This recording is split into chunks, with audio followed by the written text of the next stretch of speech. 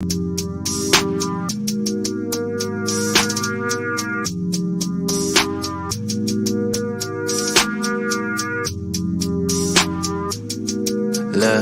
okay, I'm back out fresh on the scene. Franchise best on the team.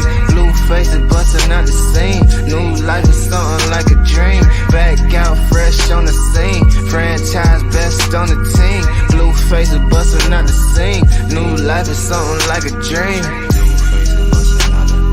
New life is something like a dream. New life is something like a New life is something like a dream.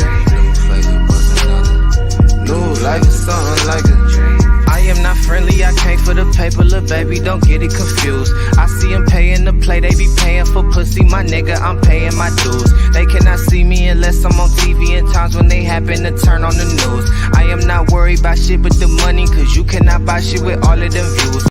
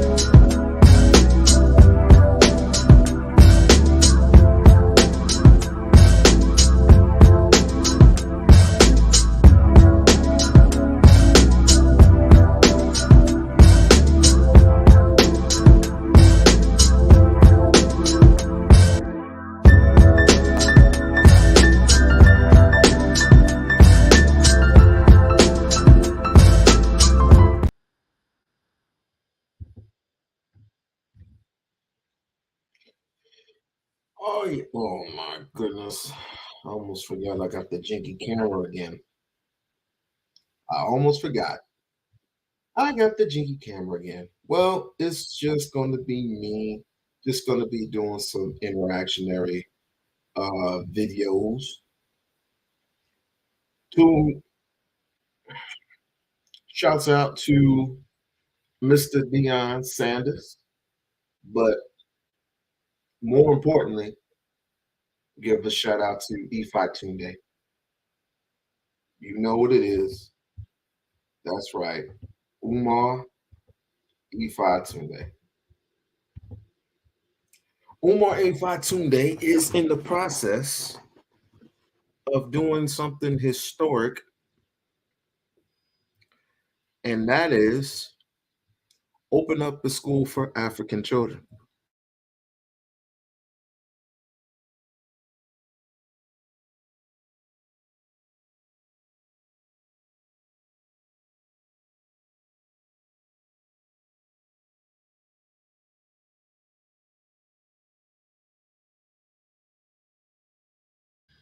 Hello. Okay.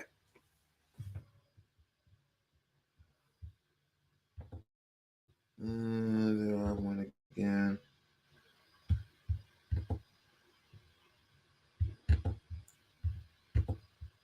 All right. Mike, one check, 1 2 1 2. Mike check, 1 2 1 2.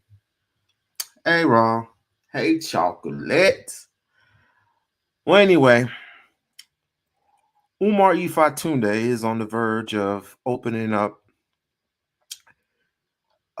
his historic FDMG Academy sooner than expected because he just passed inspection. He passed inspection.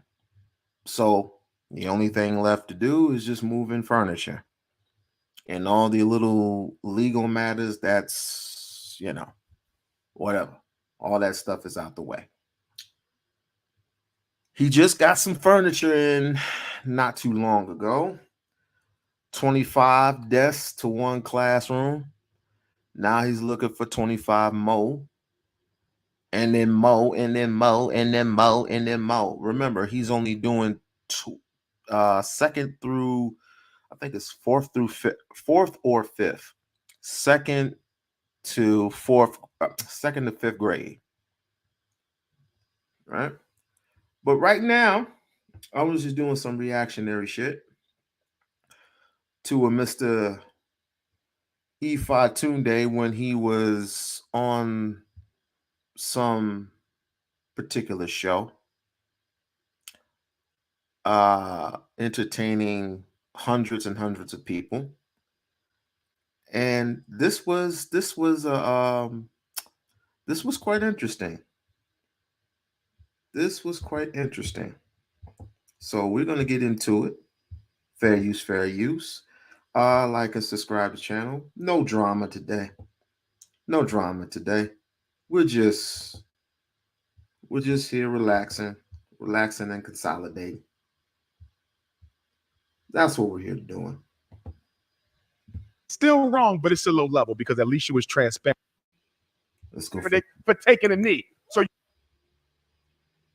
all right. Before I get into it, please like and subscribe to the channel. We just chilling as we should do. I mean, I think there's been enough drama for possibly one day, even though I've heard some shit that I shouldn't have found out about Princella, but this isn't a Priscilla thing.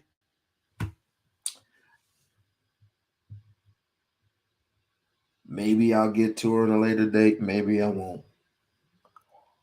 But oh yeah, another public service announcement. The last day is on Tuesday.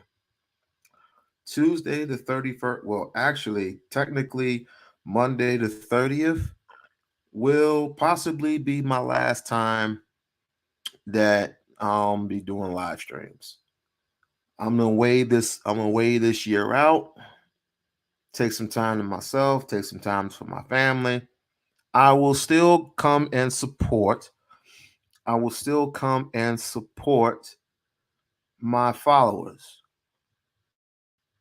Raw B, I'm gonna be on her head all day, every day, which means I'm gonna be in a live. I'm gonna be in the chat. Um, Shouts out to Nightish. I'll be in the chat mostly. Um, I saw Mahogany earlier on today. I'll be in her chat as well. Just basically, I'll be everywhere. But I just thought I'd just take some time for myself and spend time with my family and just wait the rest of the year out. It's been fun. It's been quite interesting, but yet quite fun. So, without further ado, let's go on and get into the video.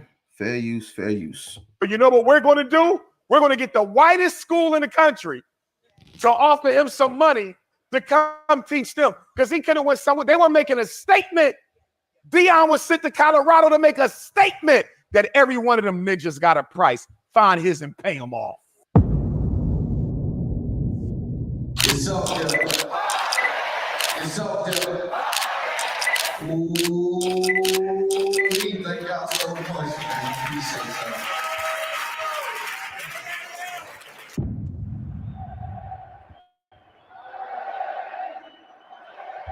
y'all. Big Noon It's Up There podcast. For those of you that don't know me, I've been instrumental in foundation of podcast. Yes, sir. It was at the beginning of this thing that I've created, and you are my first repeat guest. I told you that backstage. This thing is important to me, right? The conversations, the curriculum, the things that we discuss is very important. For me to have a repeat guest for my Shouts out to Up There Podcast. audience speaks volumes. And I want to let you know that, as I did in the back, in public, that I appreciate what you bring Thank to you, the brother. Appreciate you as well. Today we're gonna have a heated conversation. All right. There's a lot to talk about. Yes, sir. So for the recording, you guys, I need to start off speaking to the camera. So y'all give me a second. Welcome to It's Up There podcast. I go by Big Noon, your active and attractive host for. Yeah, I don't want to waste any more time. Let's just get into it. By the way, it's just comfortable for you to speak, and I want us to have a real conversation today. But for the audience, can you give them an update on your school really quick? Absolutely, brothers and sisters. And let me first say thank you to those of you who have supported and donated to the Frederick Douglass Marcus Garvey Academy. We get a lot of donations from across the state of Tennessee, a lot of them. And we just completed all the renovations on the school. So now, yes. So now we have an HVAC inspection that'll take place in a few days, and then we'll be applying for our certificate of occupancy from the city of Wilmington, Delaware. Which all that is being passed. Like I told you earlier before, the inspection has passed. If you do not believe me, I just sent something to the big homie D Darrell. And let me see if I can. Right here. Let me go back to studio. Let me go on my big camera.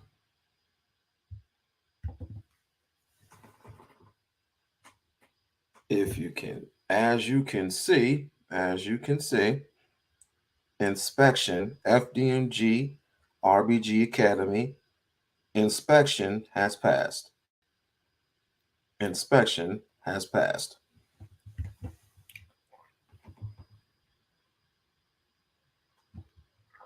Yeah, it's very cool.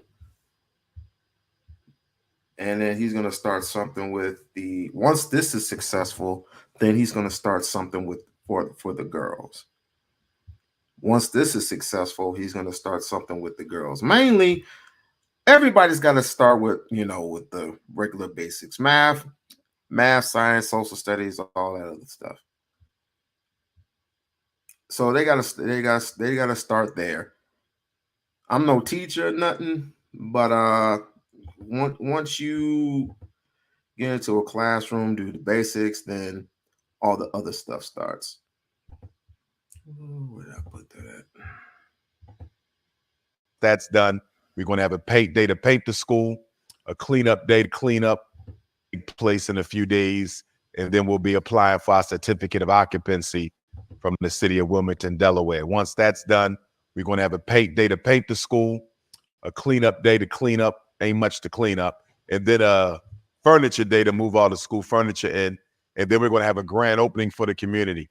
So I want to invite all of you to come on up to Wilmington, Delaware, to the grand opening of the Frederick Douglass Marcus Garvey Academy. We're not going to start school for the young people for another year because we need time to get all that right, but we're going to start holding community programs immediately. There will be a conscious singles convention for those of you who are conscious and looking for a mate of the opposite gender who's also woke. We're going to have the conscious singles convention. We're going to have Black women's convention, Black men's convention, ex-offender conference, Black media conference, Black investors conference, Black farmers conference. We plan on having 2 conferences every month for the community. So although FDMG will be a school by day, it will also be a Black community organizing hub by night.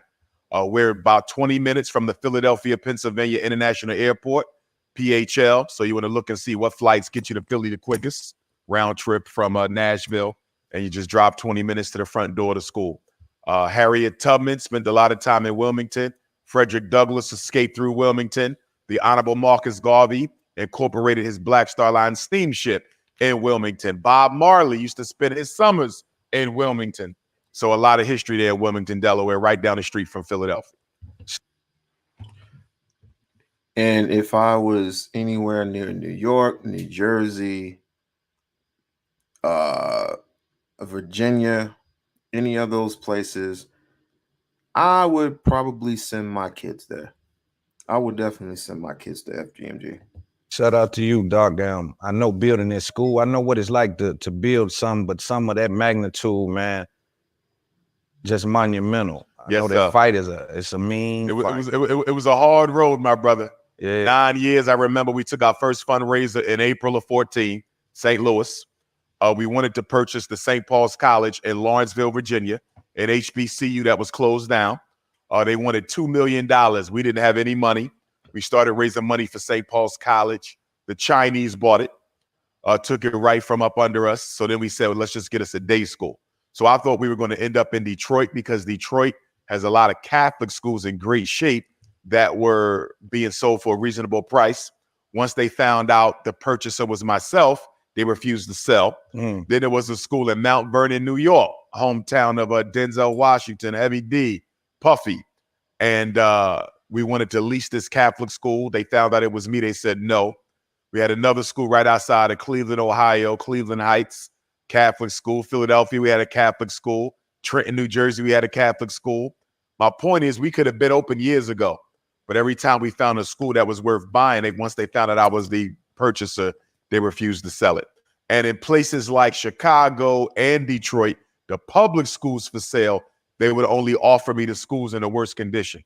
So the good schools, they wouldn't even show them to me. When I went to Detroit, they showed me schools with no roof, schools with no back, schools with the water up to your thigh. Why are you showing me this when you got a school right across the street? So it was made very clear to me that the white power structure wasn't going to do anything. Well, let's not include the white power structure.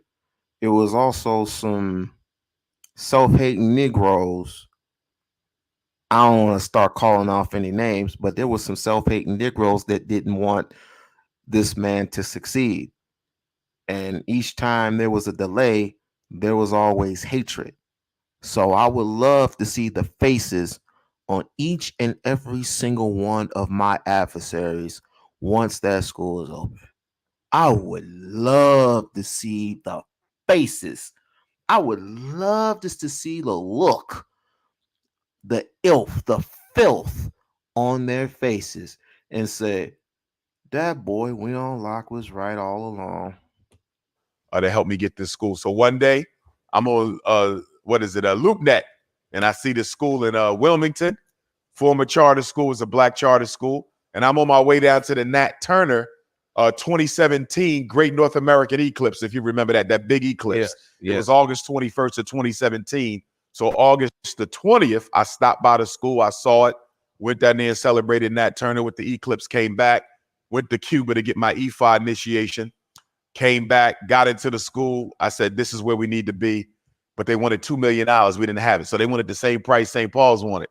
We didn't have it. So I stayed after them for 18 months. I kept calling, harassing them, pestering them. And I said, listen, nobody going to buy this school but me. Sell me the school. And then one day I called them, and I don't know, it was just my lucky day. They said, we're going to give it to you for what you got. And so February the 7th of 2019, we closed. Wow. Wow. That's dope. So how do you Oh, snap. What happened? Oh, Lord.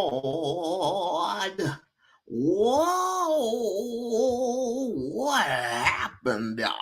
I tell you what happened there. God, make me press the wrong button there. No, I can't blame that on God. Well, we about to reboot. Don't worry. We about to reboot in a minute. But I want to give a shout out to all my We-On-Loc Nation peoples out there, and like and subscribe to the channel and become a member. Like and subscribe to the channel, and yes, become a member. Okay, we got where we wanted. Let's get back on track, shall we? Why is Michi X and Umar? Why is Michi X and Umar don't like each other? It's not like that. It's just that let's not get on Michi X. Let's not get on Michi X right now because she's in a bit of some trouble. She's like to suck some coon. She like to suck some coon ping. She likes to suck on some coon ping. Is what I heard. Is what I know. But let me get it. But this is Umar Day. This is Umar Day. And for those who have not seen it, I did two interviews with him. How do you explain to someone who doesn't know you what you do? I did two interviews with him, with some good interviews. Some good interviews. The first one, I had jitterbugs on my stomach. Second time around, not so much. But if you want to take a look at those, just go on my channel, We-On-Loc Nation channel, and just look for those and look for them and see for yourself how interview was. Maybe there's some information that he has sputtered out that you might need to know, or it might be useful to you. And why you do it? I mean, formally, I always start with the formal. So I tell folks, Dr. Umar Ifatunde is a doctor of clinical psychology, certified school psychologist, a Pan-Africanist, a former minister of education for Marcus Garvey's UNIA, author of 2 books, Black Parent Advocate and Psychoacademic Holocaust, founder, obviously, FDMG Academy and the National Independent Black Parent Association. But if I was to sum all that up, I would say that as a Pan-Africanist, we all, as Black people, as African people, have to decide how we're going to make our contribution to our people. And so for me, I've decided to do it in the area of education and mental health. And so opening up this first school, we're hoping to have so many more come after it. Because from a psychological perspective, I understand we can't change nothing about our predicament until we change the way we think. And so the thinking has to be changed in the children.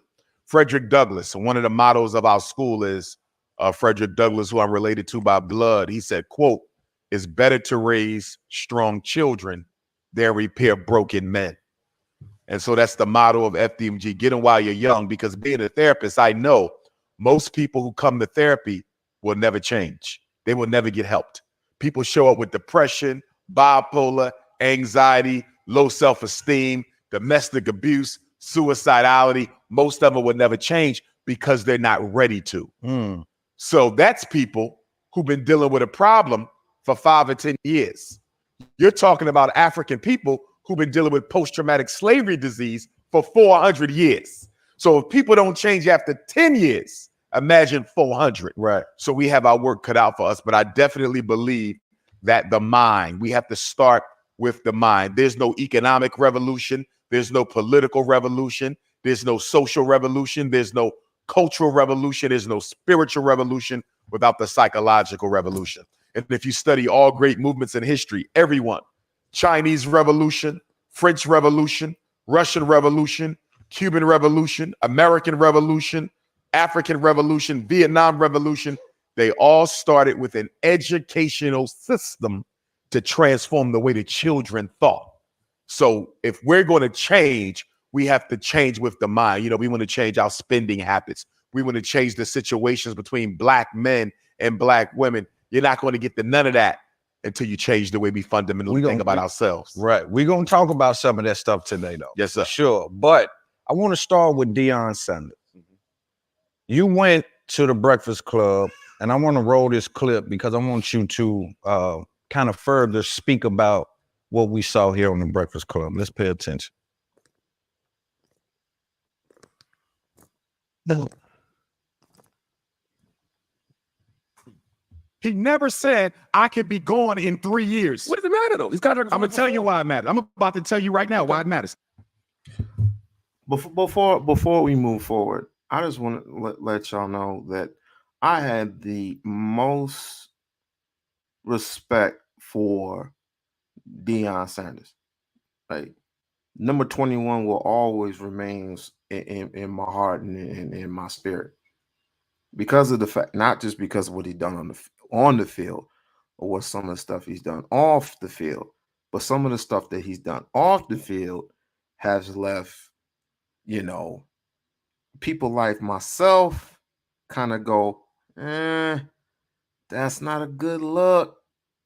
And if Ifatunde will tell you why that most of us who believe in African culture and don't believe that black culture is trash often look at Deion Sanders at a slight eye and say, you could have stayed at Jackson State. You could have stayed in Jackson State and built it as if it was your baby, even though Jackson State is kind of and it's a Division I school. It could have been the stepping stone for for ex-football players and possibly NBA players to get at HBCUs. HBCUs are very, I won't say very important per se. I've never been to an HBCU before. I've been to a community college. But I know them sons of bitches are very important.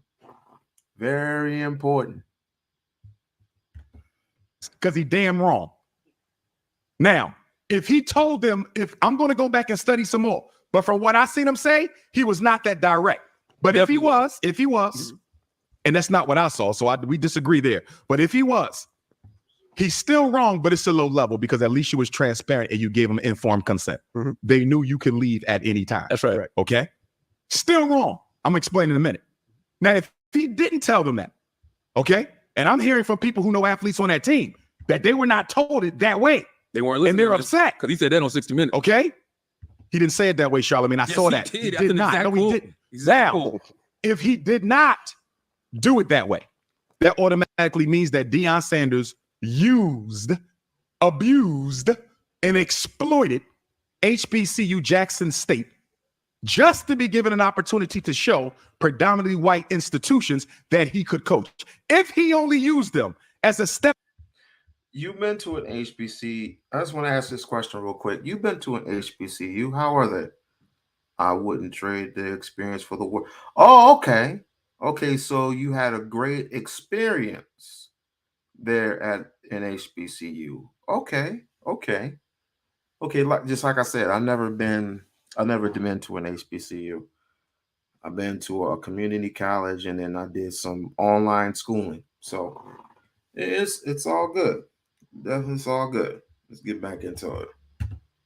stepping stone to getting a job at a white college, he was dead wrong. Sanders. Now, the reason I'm so personally disappointed in Deion is I thought he was there for a movement, not for money. Meaning, Deion Sanders, the coach of Jackson State, I foresaw a situation where Deion would hire other coaches, other retired black NFL greats to coach other HBCUs. In doing so, you attract our top tier high school athletes to come to HBCU. Maybe. Stay with me. Eddie George, that's in the Stay with me. Stay with me.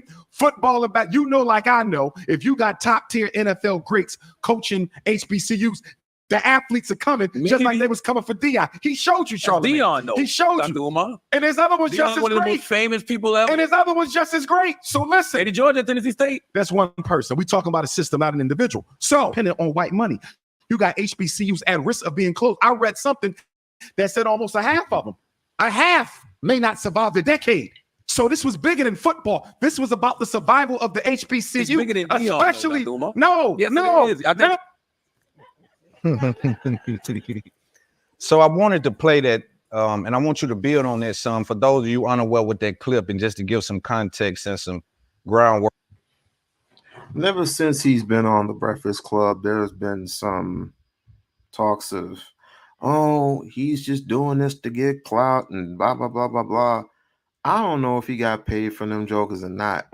I don't follow Charlamagne. I don't follow DJ Envy. I don't follow none of them cats. But this was good recognition because the people needed to know. I mean, everywhere that he's gone, he has done what so many of our ancestors and our famous scholars have done. And he has given recognition to those scholars. I'm talking about anywhere from John Henry Clark to from Dr. Ben, Martin Luther King, Malcolm X, even Dr. Frances Cress Welsing. Shouts out, and may she rest in peace. Many different scholars, and many different genders, and many African cultures. I don't know what's wrong with our people today, but if this don't work, I don't know what will. In other words, if he opens up the school and this thing don't last for 10 years, I don't know what we're going to do, because this thing has to last for a while in order for him to open up more schools. But this school has to be successful. Work around it. That clip was in reference to Dr. Umar's opinion about Deion Sanders leaving Jackson State and headed up to Colorado to coach that team. You mind building on that? I want us to have that conversation. Sure. First, I want to say that I have tremendous respect for Deion Sanders and what he's done. For a long time, he was one of my favorite NFL players. I have nothing negative to say about him as a human being or as a man. We're speaking about his obligation to the Black community and what he was in position to do to help secure the legacy of HBCUs. Now, the other day, Deion Sanders. Hold on, before you go. Sure. Because I know you got a lot. You believe Deion can secure the future of HBCU? I believe he had a strong chance of being able to lay the foundation for doing so, yes. So laying the foundation and securing is different. We can not necessarily, because we have to see it in motion. But the point is, Deion Sanders was bringing top recruits to Jackson State. Right. I saw Deion Sanders as being the catalyst of a movement where ex-NFL greats and NBA greats would occupy the coaching ranks at the premier HBCU campuses, pulling all of our talent that is exploited by the PWI back to the HBCU. College athletics is a multi-billion-dollar business. We have at least 40% of HBCUs right now in danger of being closed down. We tried to buy one. There's a few more that just closed down in the past year. If you lose the HBCU, you lose middle-class Black America.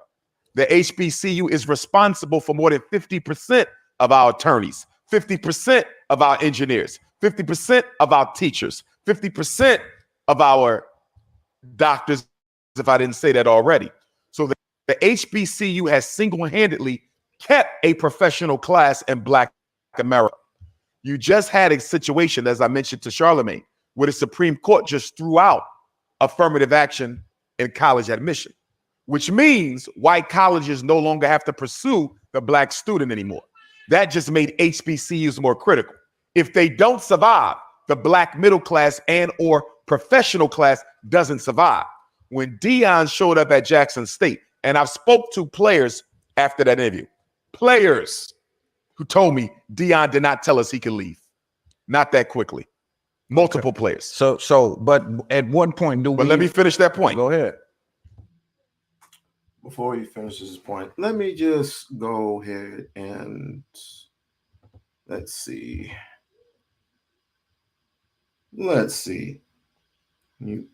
I'm wishing him success. I wish him success too. He could have had more success in Jackson State. But here's the reason why. Fair use. How he explains why he left. It explains more in detail. Need a little bit more detail. But I listen. Because when a person says stuff, that's what they really feel. Okay. When they're hurt and out of emotions and anger. And I just thought to myself, if I didn't know who I was and where I headed, and if I didn't know the Lord, I would believe some of those things. Okay. But I know me. I know my heart. Right. I know my intentions off the rip. And I know God. And I know when he speaks. And it's funny that when I first came and I said, God told me to come here, they didn't believe it. Right. But if I say, well, God said it's time for me to go, you still don't believe it. So what do you believe? Right. And what you should believe is, I'm led. Come on, Shannon. Let's get both of us. When the last time we put a football uniform on? but we're still going. Right. So if you don't believe, and successful. Right. So if you don't believe that God has his hands on us, something's wrong with you, because you got to see. Okay. This is what I would say. This is what I would say to them. We all have an ear to the Lord. It's the inner God in us that tells us where we should lead, where we should follow,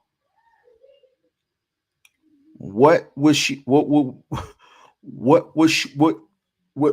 be doing, what we not should be doing. I hear all that. But technically, when it comes to Black America,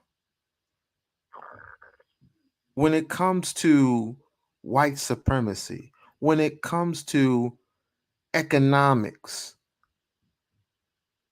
we are so far below the totem pole, it's not even funny anymore. We are dead last for a reason, brother. And of course, you have a tendency. Look, all of you are rich beyond means. All you is 75% of you athletes are Black and rich.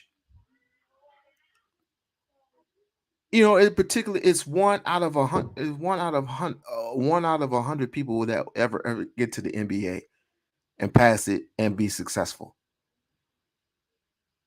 There's one out of 100 that will ever make it to the NBA, pass it and be successful. Everybody else falls by the wayside. Ankle injury, blood clots, freaking ACL tears, you name it, they've been through it. And the next thing you know, they don't want you no more. Right? And of course, you did it by the way of talent. You are the best talent you are one of the best talents, one of the best DBs, one of the best. You even play wide receiver, so you're a two-way player. You're the best two-way player ever. And you play for the Atlanta Braves. That's baseball. So you over succeed what Bo Jackson did. But did any of you, other than one person, shouts out to Colin Kaepernick? And I also took present of what you said about Colin Kaepernick, which will be explained later. But when you look at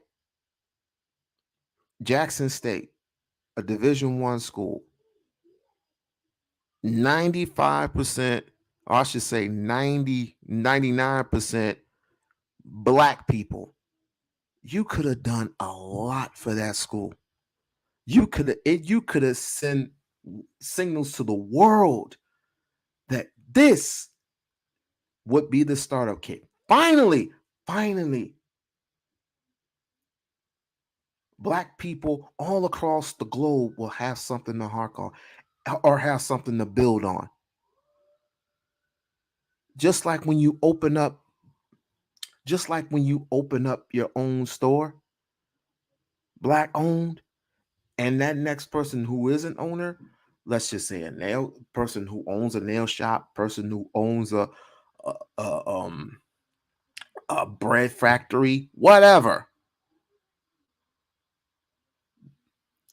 That money that is being made can accumulate and accumulate and accumulate. But you took your faith, supposed faith, all the way to a predominant white school. Predominant white school, and took your son with you. Make it make sense. I couldn't have done this by myself. Right. Had a wonderful coaching staff or a wonderful AD who allowed me to do the things that we were able to accomplish. But it's no way we could have done those things without being led by the Lord. Right. But you put a blueprint in place. You left a former member from your staff in place. Yeah, but they mad because I got the pen. We put a blueprint in place, but I got the pen. Right. They say, and they upset that. So now, really, you're not going to get the feeling that I gave you. Right. Because you felt like I let you down. I walked out. First and foremost, and I haven't disclosed this yet. My AD, Ashley Robinson, when I took the job, he said, I want you to do something for me. I said, what's that? He said, at least give me 2 years. I said, you got it. Okay. You gave him 3. It's real talk. That's what we discussed. Do you? Let's just say, for the sake of argument, you gave them 5 years and says, "Okay, I'm leaving." What if you gave them 10 years? It ain't gonna be enough because it's, and I understand because it's love. Right. You fell in love, and I fell in love too. Right. And I felt like. And this is one of the reasons why I don't follow celebrities. Because, truth be told, Deion Sanders is a celebrity. Diamond says, and I cannot see that. And why are the only career goals for black men are tackling each other and throwing balls everywhere and rapping trash? Now I'm gonna have to give that to you. Though, where are the scientists, doctors, meaningless stuff? You know what? I will have to give that to you. I will have to concede that, and I'll go on that detail a little later. But I'm gonna definitely have to give you that. We did more than we were expected to do. You know what? Screw it. I'll tell you that right now. The reason why they aren't doctors, lawyers, technicians, HVAC specialists, plumbers, surgical techs is for the same reason why, and I hate using this one, why strippers and hookers get hooked on the dollar on the fast track to life. They get hooked on the fast track to life. Not something that you have to go to school and that you get to get educated from, because it's like this. Oh, we from the hood. They ain't gonna hire us. They ain't gonna give us no job. They ain't gonna hire us. Sometimes you have to start small. And sometimes you're gonna have to get it through the mud, just like all the 9-to-5ers of us. Well, let's just be honest, us Gen X's. Because us Gen X's had to get it out the mud.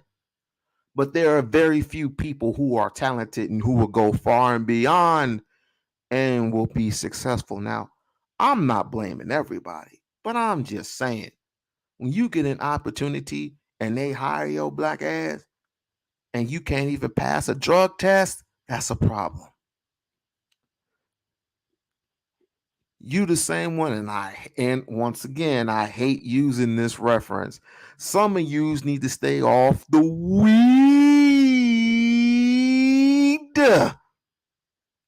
No, more than that, you need to stay off the pussy.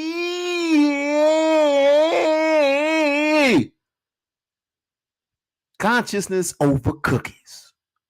Work over the cookies. Oh, I'm tired of being right. Correct. We just did it so expeditiously that it overwhelmed you and you thought it was easy. Because what would normally take someone several years, we did it in 2.5. Right. That's what was staggering. CNN had a segment where they asked, is Deion Sanders a sellout for you leaving an HBCU? People said he sold a dream, then walked out on the dream. You're a con man. Let me stop you right there. Okay, go ahead. What did I sell? I don't know. I don't recall. Now, I could be wrong. I don't recall you saying you was going to stay for any length of time. But what was the dream? The dream is that I wanted equality. Right. The dream that you want equality, but you wanted white folks to hand you the keys to the city. Actually, you expected white folks to give you the keys to the country. That ain't gonna happen. And need be careful, because there are lessons to be learned. If you obviously think you are going to get any further from where you are now, think again. Learn lessons vis-a-vis Bill Cosby. Learn lessons vis-a-vis what's the brother's name that got his head smashed in with a baseball bat? I forgot. But at any rate, was I wanted these kids to get the notoriety and get to the NFL. We did that. Right. The dream that we want better facilities, and we're over. Lisa Carter, you should know this person. Who sang that song, A Change Gonna Come? Who sang that song, A Change Gonna Come? And got his head smashed in because he was going to help fund Martin Luther King and Malcolm X. Who was that particular person? Lisa should know. Overlooked and underfunded. I'm established that, and we made strides towards that. Okay. The dream was that I believe that we could win. I could believe that we could graduate at a certain rate. I believe that we could treat these kids and raise them to be young men. That was the dream. Why did you stop dreaming? I ain't. Right. The dream continues. Could it be the dream that you had and the dream that they had are different? That might be it. My man, let me tell you something. You know how I think, and Right. you know how I dream. And I don't know if that dream will ever align with my dreams. Right. Because I don't just look at athletics. I look at everyone. Right. We're for people. Right. Oh, wait. You hear what he said? Let me run it back. People. Right. We're not just for athletes. Line with my dreams. Right. Because I don't just look at athletics. I look at everyone. Right. We're for people. Right. We're not just. We're for people. In other words, we're not for just black people. I want to teach white kids too. I mean, I'm for my people now, but I got to teach the white kids too. Well, there you have it. So now we about to go back in to Sam Cooke. That's who it was. Sam Cooke. Thank you. Sam freaking Cooke. Yep, Sam Cooke was going to fund Martin Luther King and Malcolm X for the money that he had made and was going to take over and was going to dominate by Martin Luther King taking over the South, Malcolm X taking over the North, with the help of Coretta Scott King. But they took that poor boy up there, had that hooker set him up, and was beat to death. Some said he was shot. A bullet don't. Well, let's not go there. So therefore, you come to this HBCU, you see the change that you're able to generate. Why not systematize this so the HBCU can now compete with the Alabamas and the Florida States for that football revenue, that basketball revenue, those top recruits. And now the HBCU doesn't have to worry about handouts and contributions from alumni and celebrity blacks, because you're now bringing in enough revenue on an annual basis from your athletic programs, the same way Duke and Carolina do, to sustain the university. Deion Sanders could have went down in history as one of the greatest black men in American history. You don't think so? Had he, say that again. You don't think he's still going down in history? As an athlete, but that's irrelevant to me. I don't care about athletes. I care about black success. As a coach, you don't think he's going down? As what As coach? a coach. He may. I don't know what the future holds, but that's not important to me. So what is he? What would he? Because you're athletics, saying, okay. athletics does not in any way, shape, form, or fashion compare to black survival and success.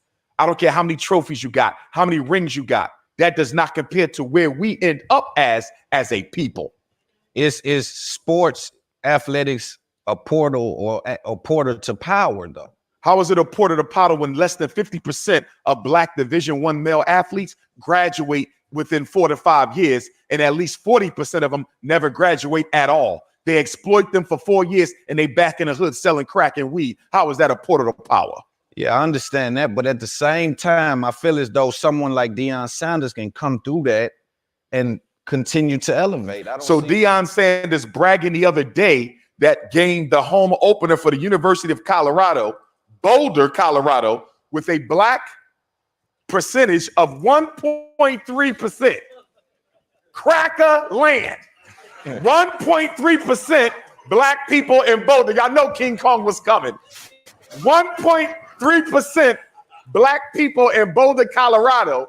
2.6% black students at the University of Colorado. Deion bragging that the home opener made $18 million. What did that do for us?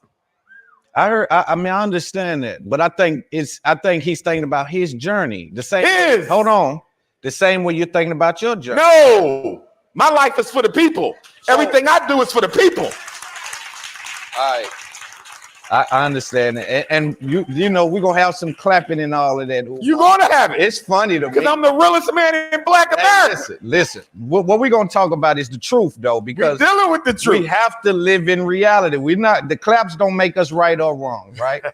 What we have to focus on is the truth. You're telling me that your life, so if that was the truth, if your life was all for the people, you'll live. I'm sorry. I have to interject. First of all, nothing against we up there, but I mean, if you looking to make a lick, you looking to live your average, at best, everyday life. And the reason why I say average, or excuse me, let me just say above average, because can we be honest? Let's just say the brother makes 6 figures, right? If the brother making 6 figures, what do you think nowadays 6 figures will get you? Or what do you think 6 figures is? 6 figures is good, right? In this economy, in this era, in a place where we might be looking at another recession, where food is high, gas is high.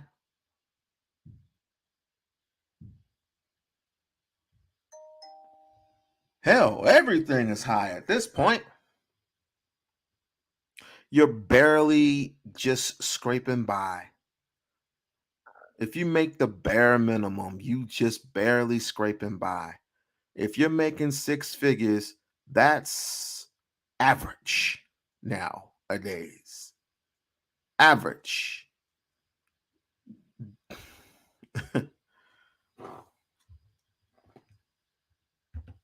Live at that school. You wouldn't have a home. I probably won't go home once the school opens. Before it opens, you would take the money from your home and put it in the school. I have. All of it. Just about. See, that's what I'm saying. So there's room to think about yourself. Yes, but yourself does not take precedence over the people. My life is for the people. It is not about personal achievement. So you don't nothing wrong with that. Here's what I'm saying, because I don't want to make it all about Deion. You understand? Right. This is a systemic problem we have as Black people, where we never subvert the personal agenda for the best interest of the race. That's where we have to go. Chinese, the race come first. European Jews, the race come first. Arabs, the race come first. And with Black people, ourselves come first. And that's why we can't win, because all power is in the group. Teamwork makes the dream work.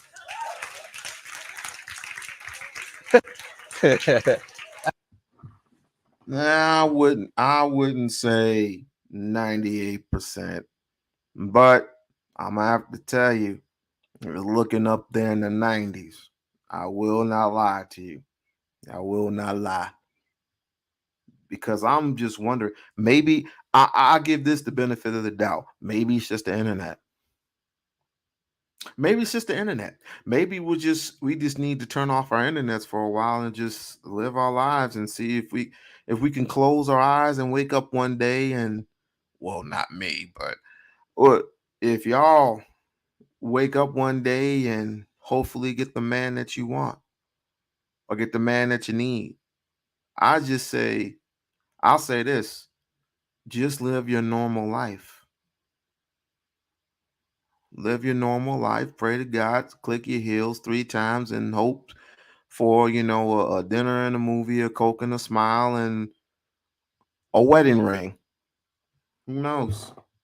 But people take this here a little bit too damn serious. They just offline this broke, did you? Hey, y'all are funny, man. Y'all are so funny. Hey, you know them gonna do this, because you're powerful with this talking thing. Make some noise. This is why I brought you though, Umar, because again, the way you speak, I think you're one of the most brilliant speakers in the world. But again, I want us to hammer this point down. You don't sleep at the school, right? Well, remember, you do have a life outside of the school, outside of the mission, outside. I have a life outside of the school, but I don't have a life outside of the mission. There's nothing I do on a daily basis that isn't directly tied to the liberation of African people. I don't know.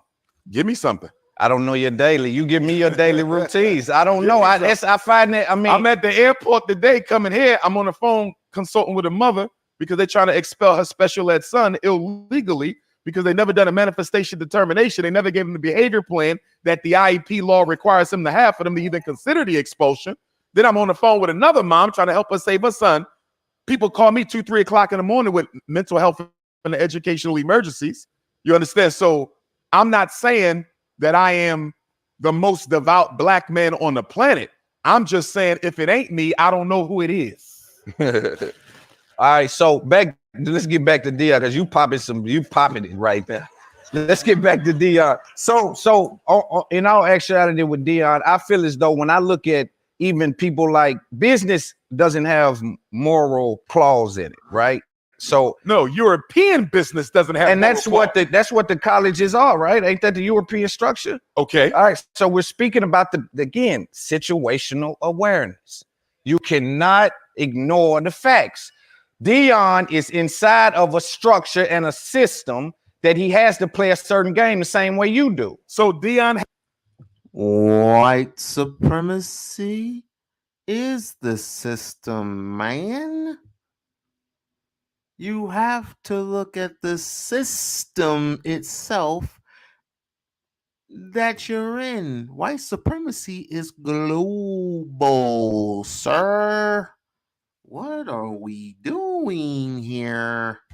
had to lead Jackson to go to all white Colorado because he's in the system? Yeah. No, Deion. I believe Deion to be chasing a dream. I believe Deion to be chasing a position for him, his family, and then the mission. I believe the mission is still in the car with Deion. Sometimes when I hear you talk, bruh, well, how much is? Ooh, Lord, you gonna make me wanna cuss. Ooh, Lord, how much is Deion Sanders worth?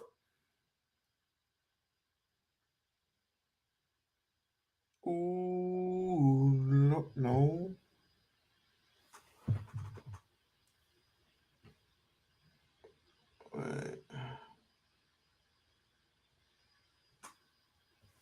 Deion Sanders net.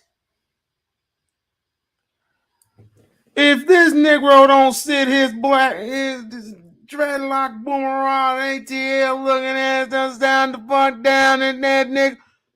If you don't sit your light skinned Richard Pryor wannabe LaSalle looking ass all the way down, this man is nearly worth $80 million. Deion Sanders' net worth is $80 million. What the hell are you talking about? A dream. What is about the mission for him is saving kids. At an all-white school, who he saving black up there?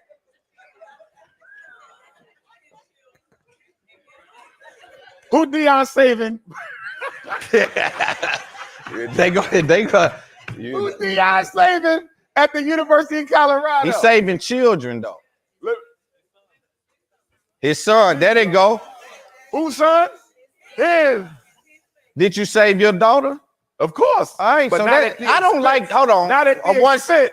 You keep on. What I think. Listen, it comes off disingenuous for me when you try to act like I'm gonna put y'all in front of me and mine. I got to save me and mine.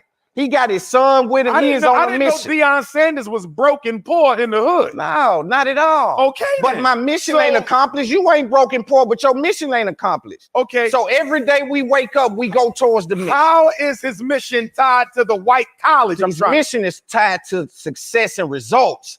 You're looking at it for him, his family, his son. What about the community? Again, that's still on the agenda, but where at an all-white school? Where is the community on the agenda? Where is the black community on the agenda at Boulder, Colorado? So what I did, if I'm Deion Sanders, I come into Jackson State and lay a blueprint. I break a mold.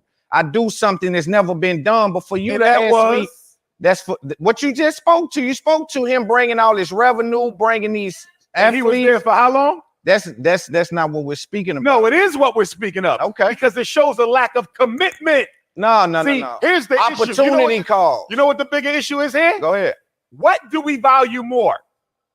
Building systems of success for young black children or being accepted by white people? That's what this is about. In other words, building institutions. Yeah. You know those. building institutions is far more important than being accepted by someone who doesn't want to accept you. Of course, they'll give you a job. Of course, they'll even make you a manager. But will they put you up in them 12 seats? Will they make you a member of some shit? I don't think so. Oh, you might get one out of the what? 1,000, 12,000, 10,000, thousands and thousands. I remember there was a, and you think you want to be accepted. That's kind of crazy because guess what? Let's just say you a rich nigga, right? And you go home to your $1 million playpen. You forgot the keys to the house. So you go on the back and you break into your own house. But somebody calls the police and complains to the police that there's a black man breaking into somebody else's house. And the police come and arrest your ass. How does that make you feel? Marinate on that for a moment. It's about Deion went to Colorado not for the money, because he wanted to prove to white people he could coach white children. That's not right. Look at all them. Look. Oh, it is right. Look. Did y'all see all the celebrities who was at that game last week? Did y'all see them flying all the way to Boulder, Colorado? Why they don't come to Tennessee State like that for your homecoming? Why they not at Howard like that? Why they not at South Carolina State? You know why? Because it was a white school. Oh, it's the same reason why entertainers will go to the Grammys and go to the AMAs, but they'll start fights at the Source Awards and the BETs because we value white people. We want to be accepted by white people. Deion wanted white people to know he could coach at a white school. I think this is miscategorization, Mr. Dr. No, I think what Deion wanted was to show that he can be successful in collegiate sports. He could have done that in Jackson. I think because he did it in Jackson. This is the point I'm making. 2 years, was it? Yeah, he did it, and he did it. He did it. So what I'm saying is, though, brother, come on. Listen, he used them to get seen, known, to go to a white college. And you know what I think, y'all? I believe the white power structure sat down, had a meeting, and said, we got to put an end to this. If we let Deion stay at Jackson and he start pulling Ed Reed and Randall Cunningham and all these ex-NFL greats to these HBCUs, they're going to steal our money. This is $1 billion empire. We cannot afford for the HBCU to steal all the top tier athletes because there will be a reversal of power in D1 sports. This is what they said. And they said, we know Deion ain't the loyal type to the black community because he's the one who also criticized Colin Kaepernick for taking a knee. So you know what we're going to do? We're going to get the whitest school in the country to offer him some money to come teach them because he could have went somewhere. They were making a statement.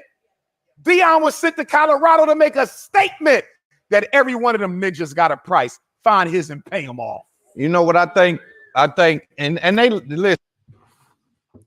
Well, so, get off of there, Dr. Umar. If I was in your presence, you know what I would tell you at that point? What else is new?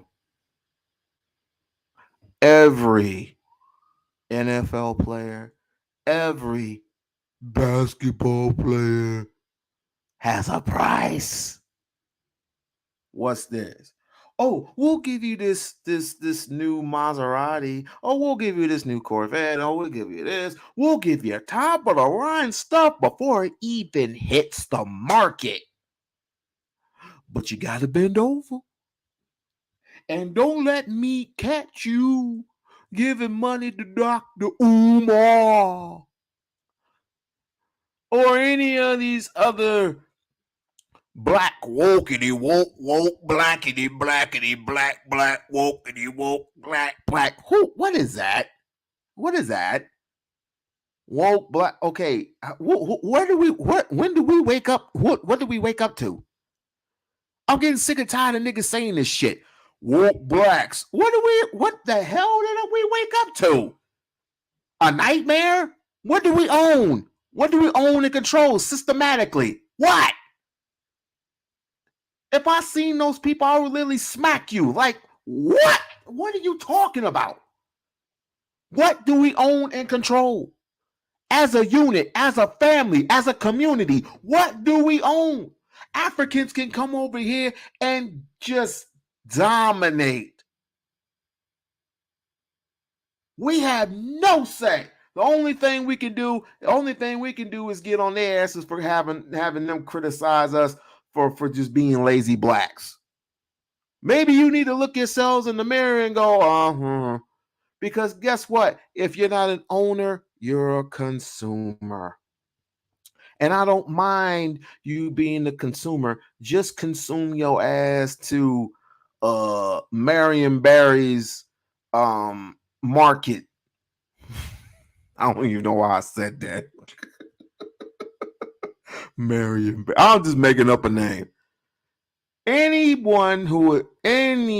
institution, any market that is small fry, support that.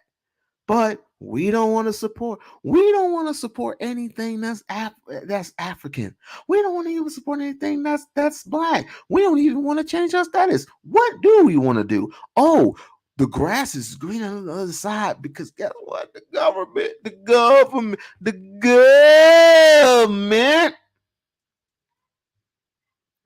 can give us money on the back. Donald Trump has given us money. That's why we need to vote for Donald Trump again to get in office in 2024. For what? He gave you $600. Y'all will literally blow that money on just the dumbest shit.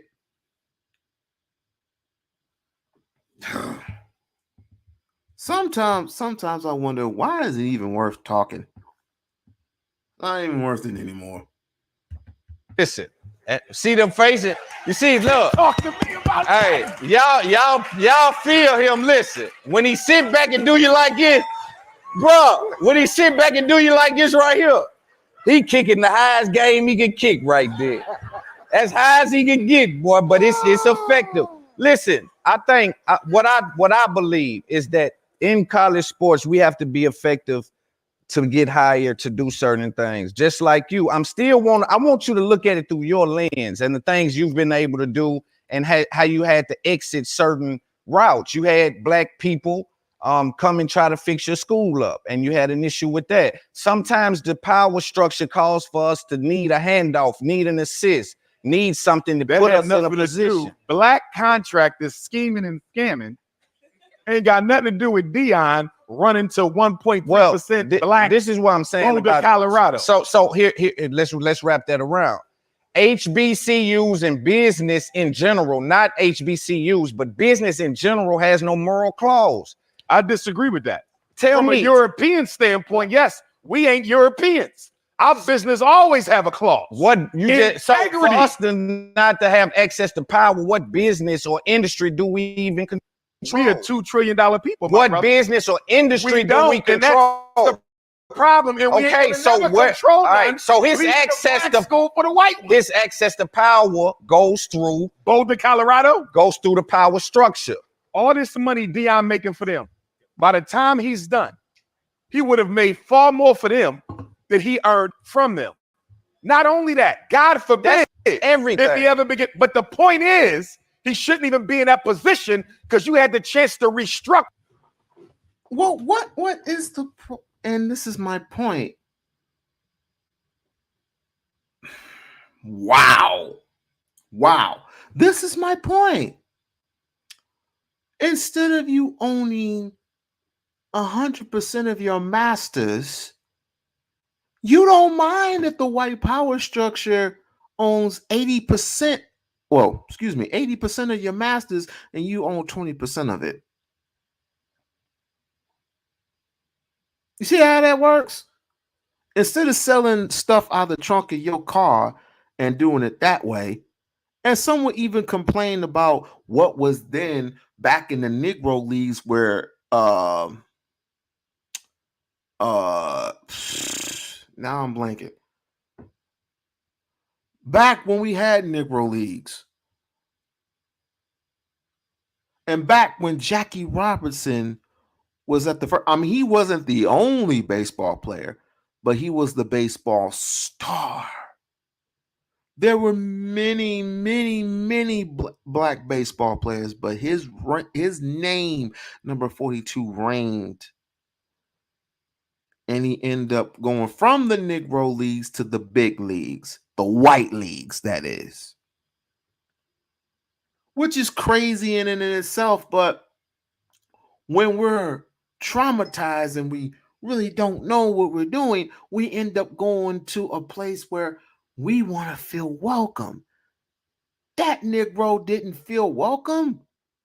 You know how many heart attacks then Jackie Robinson had? He damn near caught strokes doing what he did, trying to please an all-white crowd. And it took his white friend to wrap his little arm around Jackie Robinson. I have your back, sir. This is some crazy. Black folks always want white folks that validation. Facts.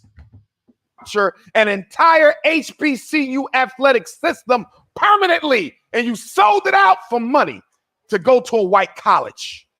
That's the facts of the situation. Not only that, God forbid, everything. if he ever begin. But the point is, he shouldn't even be in that position because you had the chance to restructure an entire HBCU athletic system permanently, and you sold it out for money to go to a white college. That's the facts of the situation. I disagree with that. It's the facts. Oh, God led me to this wonderful place that I've never been through before, but I know how prejudiced it is to be up in Colorado. What Negro do you know wants to live in Colorado? Anybody want to live in Colorado? Raise your hand. Put a one in the chat if you want to live in Colorado. Come on. Put a one in the chat if you want to go to live in Colorado. Colorado. I wouldn't say anything if it were Minnesota. I wouldn't say anything because there ain't no hardly any black folks in Minnesota. Prince is dead. Shouts out to Prince. It's undisputable. That's what he did. That's why he not still at Jackson. He's not at Jackson because he had an opportunity call. An opportunity to go to coach at a white school. No, to showcase his skills in a different level. Oh, we don't know what Deion is capable of? No, not in college. Not again, you have to coach in these different markets. The same way you got to go speak in different markets. Same way I got to podcast. But I don't compromise. It ain't about compromise. It is. It's about results. I keep telling you, I'm showing up to show out. Results. I ain't showing up to do that other stuff. Results for who? For my stat sheet, for what I've been able to do. Yeah, so if they trying to turn black people to a permanent underclass, and you talk about stat sheets, burn the damn stat sheets. Nah, you need that, Umar. If that's the case, you would sleep in the mop room at your school. I will be. I don't think I'll ever leave once I get there. These are future plans, but this dude here is. Yeah, I'm gonna go to. Hey y'all, I'm gonna go to Colorado. I'm gonna divorce my wife. You know what I'm saying, and then pack up my stuff, my kid, and I'm gonna go to Colorado. And I'm gonna get the finest, most white booty I can ever find.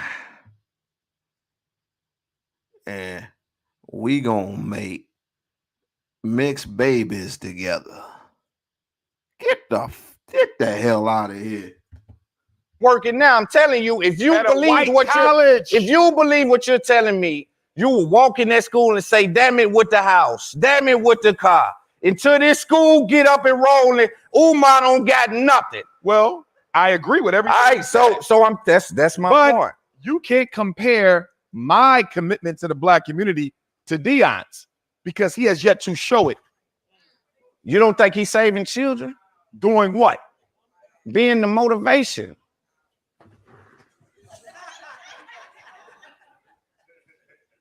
Continue. I'll rest my case. Also, you don't think motivation is necessary? Brother, to whom much is given, much is required. You're telling that to me, and I got a lot. Deion has a lot. Yeah. So for you to tell me that he's somehow benefiting black, It's called individualism. Whenever you say I, what Prince Silas preaches all the time, right?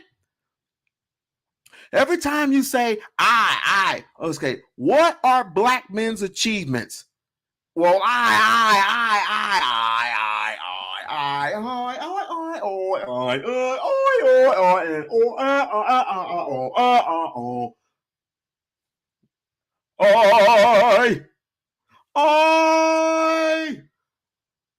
have a dream to dream a dream that nothing has ever worked out for me, but I believe in that dream. I'm every man, he's all in me. It's not about individualism. It's about the collective. What is your status? It's about the collective. What do you systematically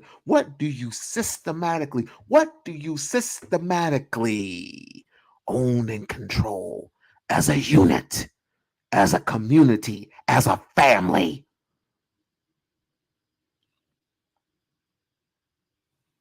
What can I go down here in the state of Nevada and find nothing but, well, M&M's. Shouts out to M&M's. M&M's has some good food. But that's the only thing I can find. If you go to Chinatown,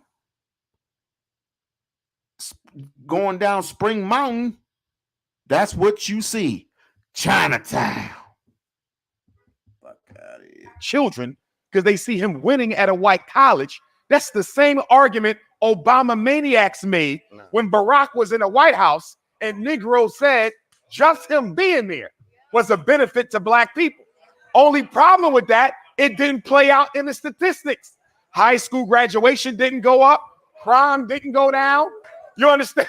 We didn't do better on a single index in this country as a result of Obama being in the White House. So now you're giving me Deion on the white football field, Barack Obama in the white man's house. Listen. They're clapping for nothing. They're clapping for nothing. No, they clapping for the truth. They're clapping for nothing. It's hard. It's hard because you're not even getting through it and they're clapping. So I know they're clapping for nothing. No, they hear me, but more than hearing me, they feel me. Yeah, they feel you. I feel you. I believe you to be the truth, like I always say. Yes, sir. But I'm telling you that I believe you not to believe what you're saying. I don't believe that you truly believe that someone should put everything they have into the mission. I don't see you doing that. That's the only way we win. I don't see you doing it though. You don't see me doing it. No. Okay.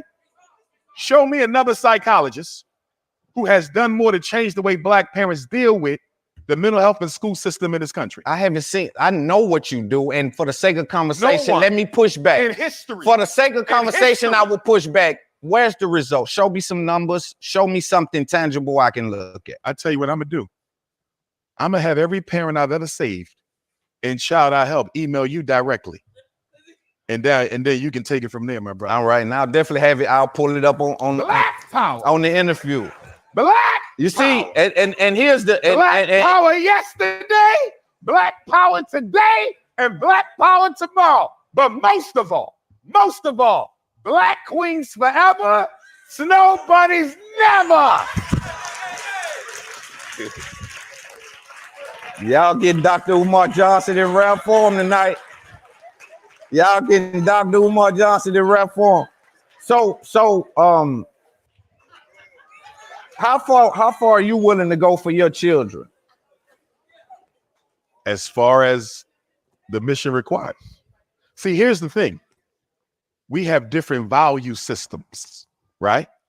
And the problem with Black people is we operate on a platform of selfishness and individual agenda. Every other group, the culture comes first. The culture comes first. Could you imagine if Deion Sanders was at a historically Mexican college and he got an offer to go to Boulder, Colorado and turn his back on the Mexican students at the Mexican college on the Mexican football team? He would have never done it. Why is this looked at like turning your back? He took a job.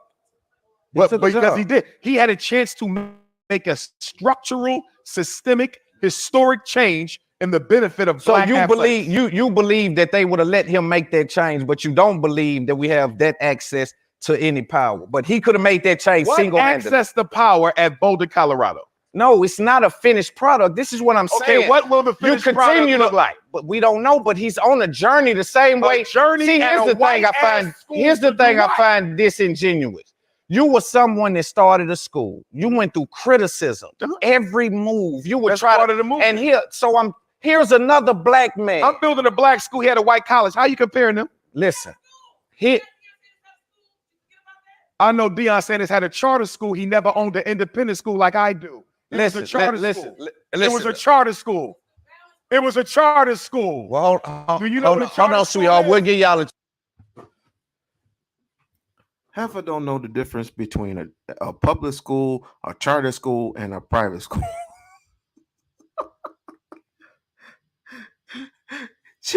People don't know the difference between. You see, niggas love to hold on to shit, don't they? Niggas just love to hold on to shit. This is my car. Did you pay it off? No, but it's my car. What the fuck? They can take your car, so it's still my car. We'll give y'all a chance to speak. You know, we are live recording. Charter schools are publicly owned. We are live recording. Marcus Garvey Academy is independently owned by Black But people. I'm saying, listen, back to what I'm saying. Hey, Umar. LeBron James, Umar. school. Dr. Umar Johnson. Dr. Umar Johnson. Know what you say? Dr. Umar Johnson. Which? Stop. She was wrong. I had to clap. Yeah, I understand. Listen, though. Who owns it? Listen. Who owns it? Listen. Who owns it? Hey, hold on, sweetheart. We'll give you an opportunity. I'm gonna give you a mic in just a second. Listen, though. You're judging Deion Sanders, and this is not a finish. We will in a minute, but I don't. Hey, hold on. Now, hey man, y'all don't. Hold on. Whoa. Hold on. I love my brother. This is my show. Let's remember that. This is long show. Y'all can clap all you want. We have to talk about the things I want to talk about. Yes, sir. Sorry. Yes, sir. Sorry, right? Dr. Umar. Because I haven't finished this point. I really want us to spend some time in. We got a lot to talk about. Yeah. But in I just don't particular, want it to look like I'm trying to dig. I know these guys. They know this is. I'm just trying to get information, and I want you to speak to them. Yes, sir. As if he's watching. I want you to speak as if they're watching, because they 9 times out of 10 are watching. They all watching. So I'm telling you, and this is important to me. So now, I'm saying that I feel as though it's unfair for you to judge Deion Sanders in this current position as he is on the journey, the same way you were on your journey for 12 years to build a school that some people say should have took 1 year.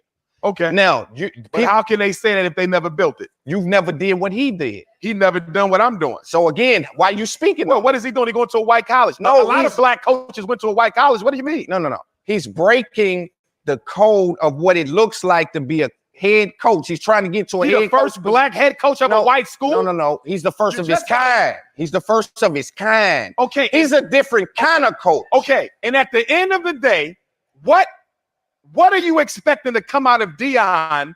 What does he change being a coach at this white school? Let's say Deion goes 30 years undefeated. What the hell did he change for Black people at that all-white school? Wait. I mean, that's a loaded question. You can change a lot of things. Yeah, see, you can't tell me what a loaded question is. These are tactics, and I know you're a great speaker. Stop the tactics. You know, the this, the did. These are tactics. This is the part where when Negroes say shit like this, you can't answer the question straight out. What have you systematically owned and controlled, sir? You can't answer straight questions. When we say the words, what have you systematically? Everybody said, "Woo, we got millionaires. We drive cars. We have houses. Some of us have our own businesses." Yeah, great. Good for you as an individual. Good. So I can come to your facility, get my car fixed because you are a car owner, right? You work on cars, and then if I needed to, I can go over here, get the money out of this black bank, go over here, grab me a bite to eat at this black restaurant. This is what I'm talking about. The dream ain't the dream without someone clicking their heels 3 times and turning it into reality.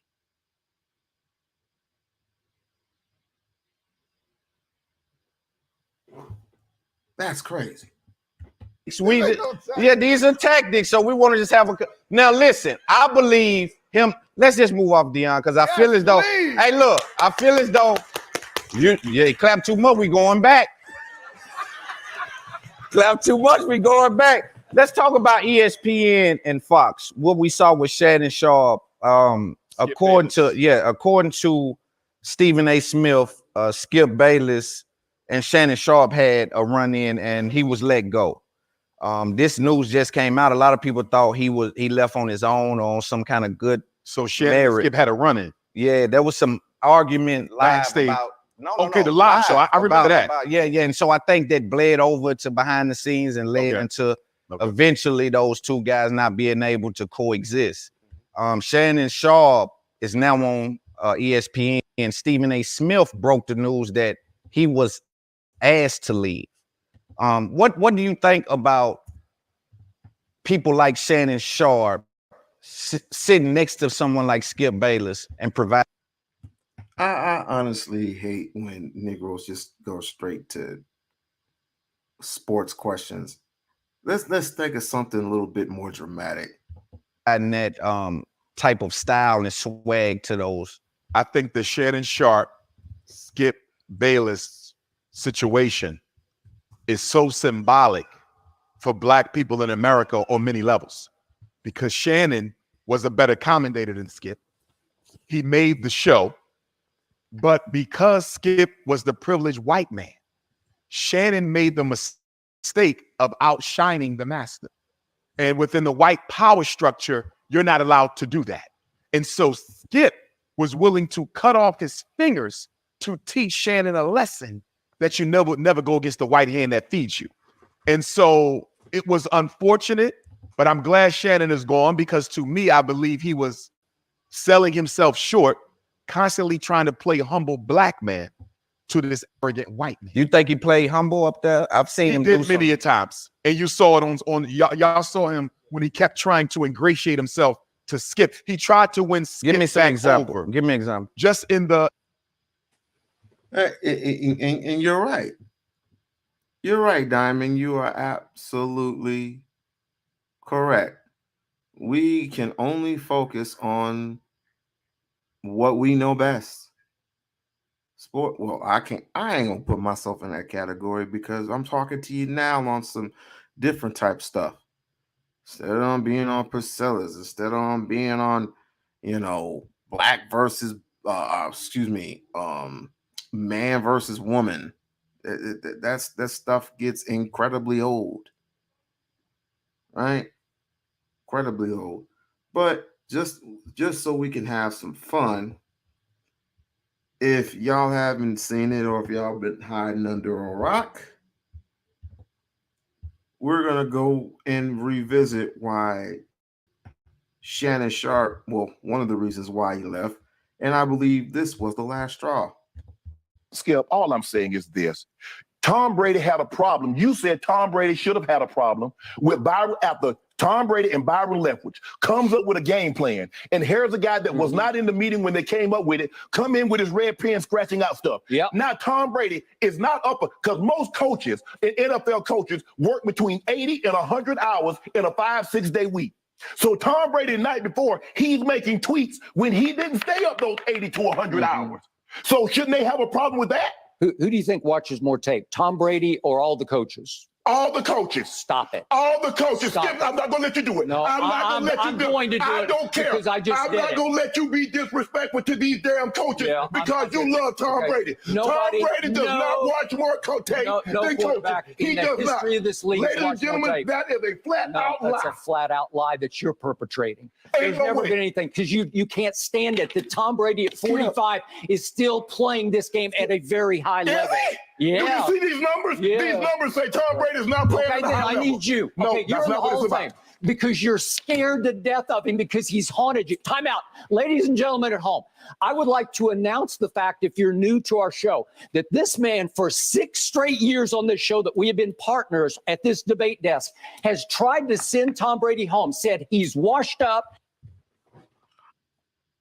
Ladies and gentlemen, this is Skip Bayless on Tom Brady's nuts. Pause. His arm is in decline, and he should just go on home. It started the first day of the show in September of 2016, and he has been wrong for 6 straight years, and he's going to be wrong again. I'm standing by what I said. How convinced are you Tom Brady's going to win the Super Bowl? Okay, I picked him to win it. I'm not backing off. Well, put something on it. Well, what do you mean I put my pride on it? I put my pride. What I would do. Who did you pick? You picked the Rams and the Chargers, okay? And the only difference is everybody knows the Rams are bad, but they don't want to say Tom Brady is playing just as bad I'm as not Matt writing them Stafford. off. Skip, they're in the Tampa division. They're in the worst division in football. Good. Are they going to be in the playoffs? Help me out. Skip, I need you to That's your argument. Okay, That's your argument. What do you mean that's my argument? Your argument is that they're going to be in the playoffs. Is Tom Brady playing bad? Yes or no? Yes, he played poorly yesterday. What but do you it mean wasn't- yesterday? Okay, All year. but you're giving him 100% I of the did, blame? because they asked me the That's question. just, you have no objectivity. It's just straight Brady hate. Wait a minute. This is just straight hate by a guy who's jealous that he is still playing at a high level at 45 when you had to stop at 35. Skip, that's what you do. That's the point. That's what you do. Every time I call something into question, I'm jealous. No. Skip, I did what I never did. said you were jealous of Baker Mayfield. Skip, I did what I did. You make it seem like I was a bum. I'm in the effing Hall of Fame. Okay, I got 3 Super Bowls. So what? So what? He's way better than you were. I'm better than Way you. better. Skip, what I got to see what you do? You take personal shots. No, I don't take personal shots. You started it. Time out. You would take a personal shot at me. I didn't take a personal time shot out. at you. Wait a minute. What are you talking about? You would take a personal. Put your glasses back on. Can I finish? You're willing to take a personal. Boom. I think that's one of the reasons why he had to leave. If that were me, I'm 6'3", 225 pounds, soaking wet, and I take off my glasses. I'm not. I had no choice but to leave because this boy getting wiped out. This is put your goddamn glasses back on, boy. Who the hell do you think you are? Black people should fucking rise, dude. You know if you're Terry Crews and someone grabs your nuts, I'm knocking that white boy out. You're from Flint, Michigan, and someone grabs your nuts right in front of your wife? Hell no. Hell no. Hell no. Well, you know what? Fuck. You know what? Fuck that. Hold on. We can play this. Shot at me to say this man is better than me because I say he's playing bad this year. Well, because you just Go ahead. You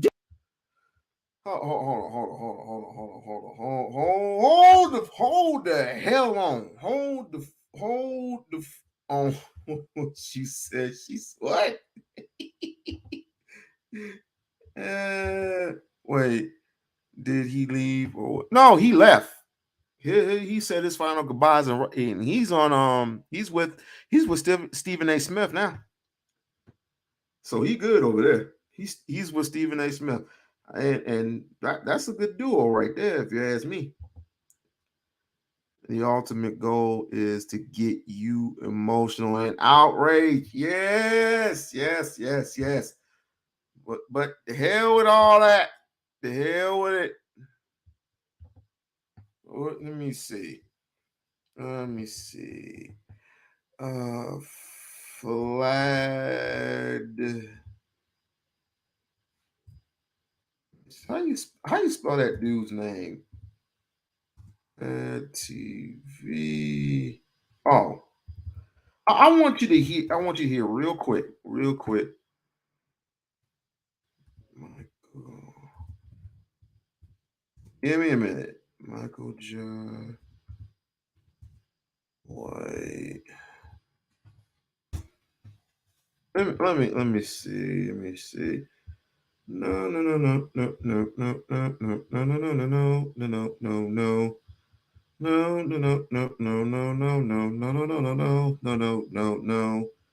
I have to find it. Nope.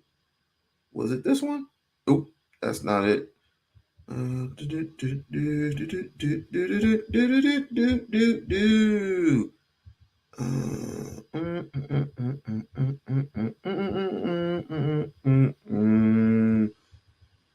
Hey, I can't even find it.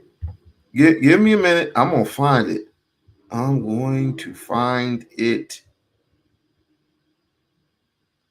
No, that's not it. It's close. It's getting close. Oh, I didn't know him and Fred Ward had an interview. Shouts out to Fred Ward. Oh, yo. Richard Roundtree, may he rest in paradise. Richard Roundtree died at 81. Mr. Shaft himself. Dang. It's all our stars. I still am brokenhearted. I still am brokenhearted over Chadwick Boseman. Shouts out to Chadwick Boseman because man, oh man, will he ever turn out? Jesus. Fred, what is his name? Terry.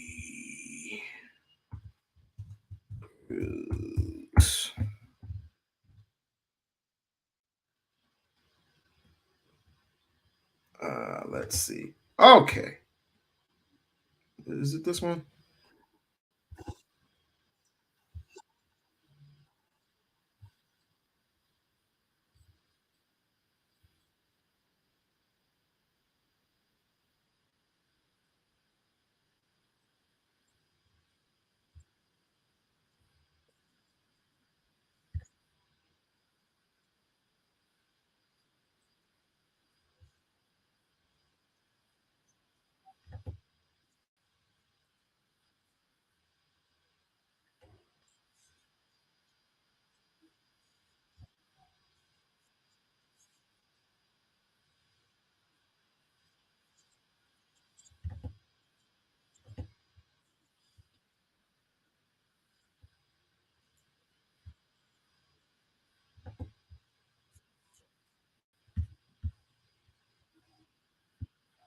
No, that wasn't it. Give me a minute. I'm almost finally. I think this is it.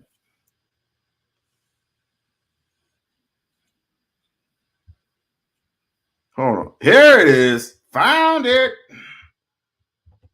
Now, prior to what I was speaking about, And shouts out to this person. Welcome to the We-On-Loc Nation show. Now, prior to what Shannon Sharp did, once I take off my glasses and you insult me on national television through millions of viewers around the world, oh, that's your ass. It's the same thing with Terry Crews. But I'm glad that somebody who's in Hollywood but doesn't kowtow to the New World Order stuff. I want y'all to see this clip real quick with Vlad interviewed Michael Jai White. This is what I would do. Let me just say. Hit him in the solar plexus really hard. To you and grabbed your. I don't have that. I don't have somebody. I'm gonna. Okay, so I would kill somebody. Okay, so if a gay man walked up to you and grabbed your genitals, what would you do? I think I'd probably hit him in the solar plexus really hard, so it wouldn't leave a big mark, but he would be down. I mean, but I'd wonder if the guy was drunk or something. Probably, but and he was also the head of William Morris Endeavor. It doesn't matter. Well, but this is what I'm saying. So if William Morris is the biggest talent agency in Hollywood, one of them, yeah. So it wouldn't matter if the head of the biggest talent agency, dude, went and grabbed you. I come from. You could have a fucking gun in your hand, and I'll fuck you up if you did that. Okay. I just come from a different place. It doesn't matter. If I got to go, I got to go. No. Doesn't matter. No. Actually, yeah. I mean, the best chance that somebody would have, if they're 5'2" and 115 pounds, I might give you a break because I don't want to kill you. You know what I mean? Or I would do something like I'd publicly humiliate you, pick you up by the seat of your pants. I would do something that was so humiliating that you can't show your face again. That's the best way. Because if I destroy somebody who's tiny, I look like, Well, and that was again. If I'm Shannon Sharp, if I have to take off my glasses, that's your ass. I would have did the exact same shit that Jai White is talking about. I'm gonna never. Put your glasses back on, motherfucker. Who you think you talking to? But he knows he can't do that because he's on national television. He knows that. He publicly knows that. So he did his last few little shows, but this is not the first. This wasn't the first time that he did this. I mean, he literally just disrespects Shannon Sharp. I mean, and Shannon Sharp is not the only person. Stephen A. Smith and others had dealt with the same shit. I'm just saying, but we gonna get back to the Umar kit. It's not gonna take that long. In the non-verbals, in the language, in the deference, he always tried to make sure he didn't go too far in challenging Skip. He always started the shows with the hand, the pen. Yeah. He wanted it. He didn't want to leave. I think Shannon tried to win Skip back over, but Skip, being the slave master he is, he needed to teach Shannon a lesson. And although his ratings are going to drop, in Skip's mind, it was well worth it, because in the mind of a white man, what good am I if I can't even check a black man? So that was all about race, and it was about power. And I think Shannon may have not fully understood the rules of racism. And the first rule of racism is all white people are racist. And the second rule of racism, white people don't share power with black people. So the minute Shannon wanted an equitable power sharing in the conversation on Undisputed, he had to go. Skip had to let him know We are not partners. I'm the slave, you're the slave, and I'm the slave master. Mm. Shannon tried to break the code, change the power dynamic. White people don't do well with you changing power dynamics because at the end of the day, all they have is their white privilege over and above you. But with that being said, and I love my brother Shannon Sharp, I think he got a good heart. But until he stopped running around with them damn snow bunny, I'll never be able to give him the total respect that he deserves. I think he's a good brother, but he got to heal whatever went on with him and his children's mother, ex-wife, whatever. But for him to be as he on First Take with Stephen A. Smith now. Dark as he is, and to only be running around with white women, it's a disgrace to the race. So love isn't love to Dr. Umar Johnson. Oh my God. Well, I ain't gonna get into all of that because I know, there's some white folks probably watching me. It's like, that brother's racist. I wouldn't mind being racist to a power structure that's 60% dominant. I wouldn't mind being racist. I wouldn't mind being racist because I would definitely want to share your power, your wealth, your influence that you stole from us. But all of our assets are frozen because we want to believe in this social economic stuff. We want to be socially economic. We want to have ties to everyone is what I'm saying. It's not just we don't want to have just ties to black folk. We won't have ties to white folk because white folk, we could get power with white folk on our side. I am going to be the please that I am because guess what?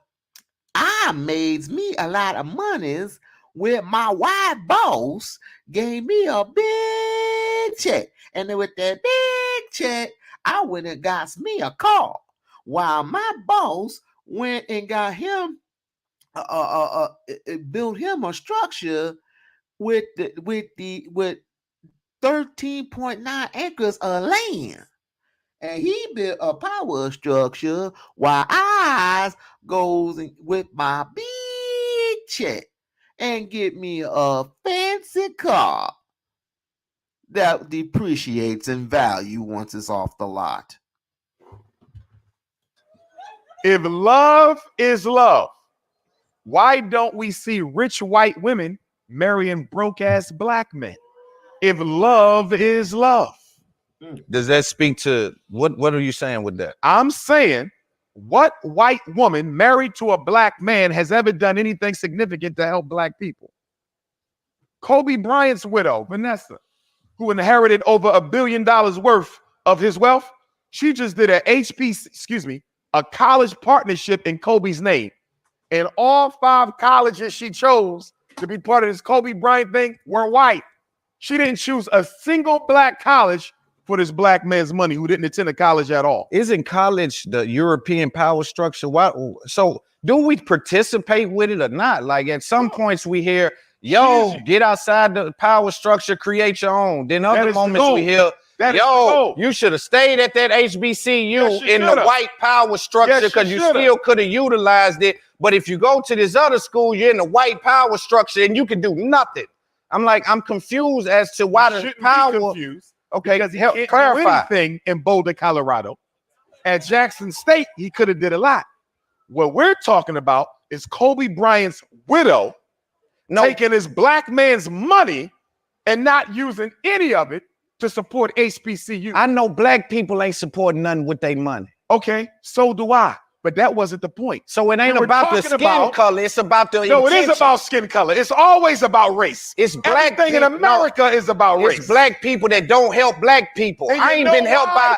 Because they've been taught not to help black people. Okay, so if that's who taught them not to help black people? Situational awareness. Who them not to help black Still the same situation. Who trained them not to help black? There's a history to self-hatred.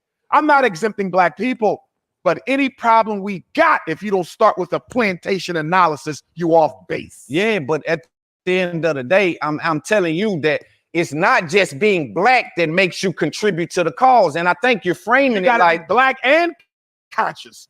Black So, and all right. So you got black people with money that don't check the conscious box. They do nothing for the black community. That's true. So if we can't just say if you're black and in a position that you're gonna do something, but you can't scapegoat psychologically dysfunctional Negroes from the fact that they exist in a white racist power structure. The power structure is still the power structure, whether you commit it or not. And the only way we're going to get black people to be focused on building their own institutions and systems is to build our own institutions and systems. That's what Deion could have helped us do at Jackson State. No, because he chose Snow Bunny Boulder, Colorado. No. See, and this is where I just think you just Snow Bunny Boulder, Colorado. You know, people used to tell me all the time, and we're going to wrap this up in a little bit. People used to tell me all the time, I better not never seen Dr. Umar with a snow bunny, and you never will, nigga. Just like you ain't going to catch me with no snow bunny, nigga. What? I'm going to ask y'all a question. What do you benefit, ladies, being with a white man? I'll wait.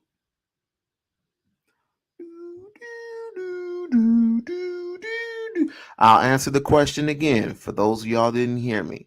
What do black women benefit from white men?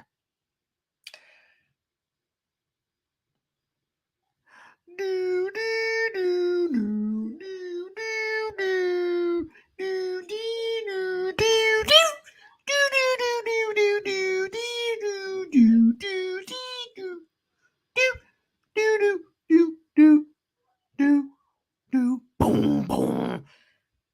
Anybody swing about.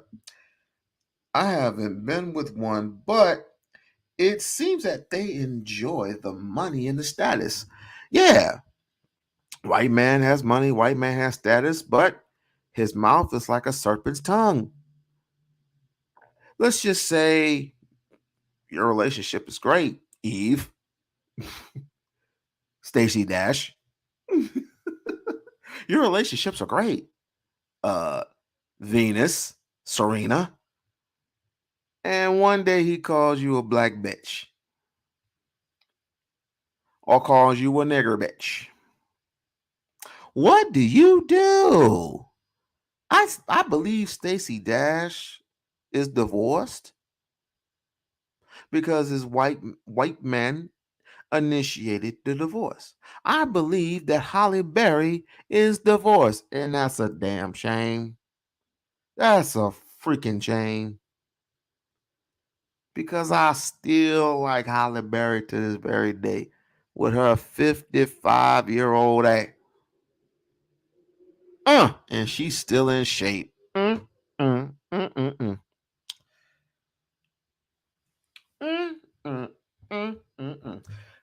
anybody came up with do you think you benefit from what?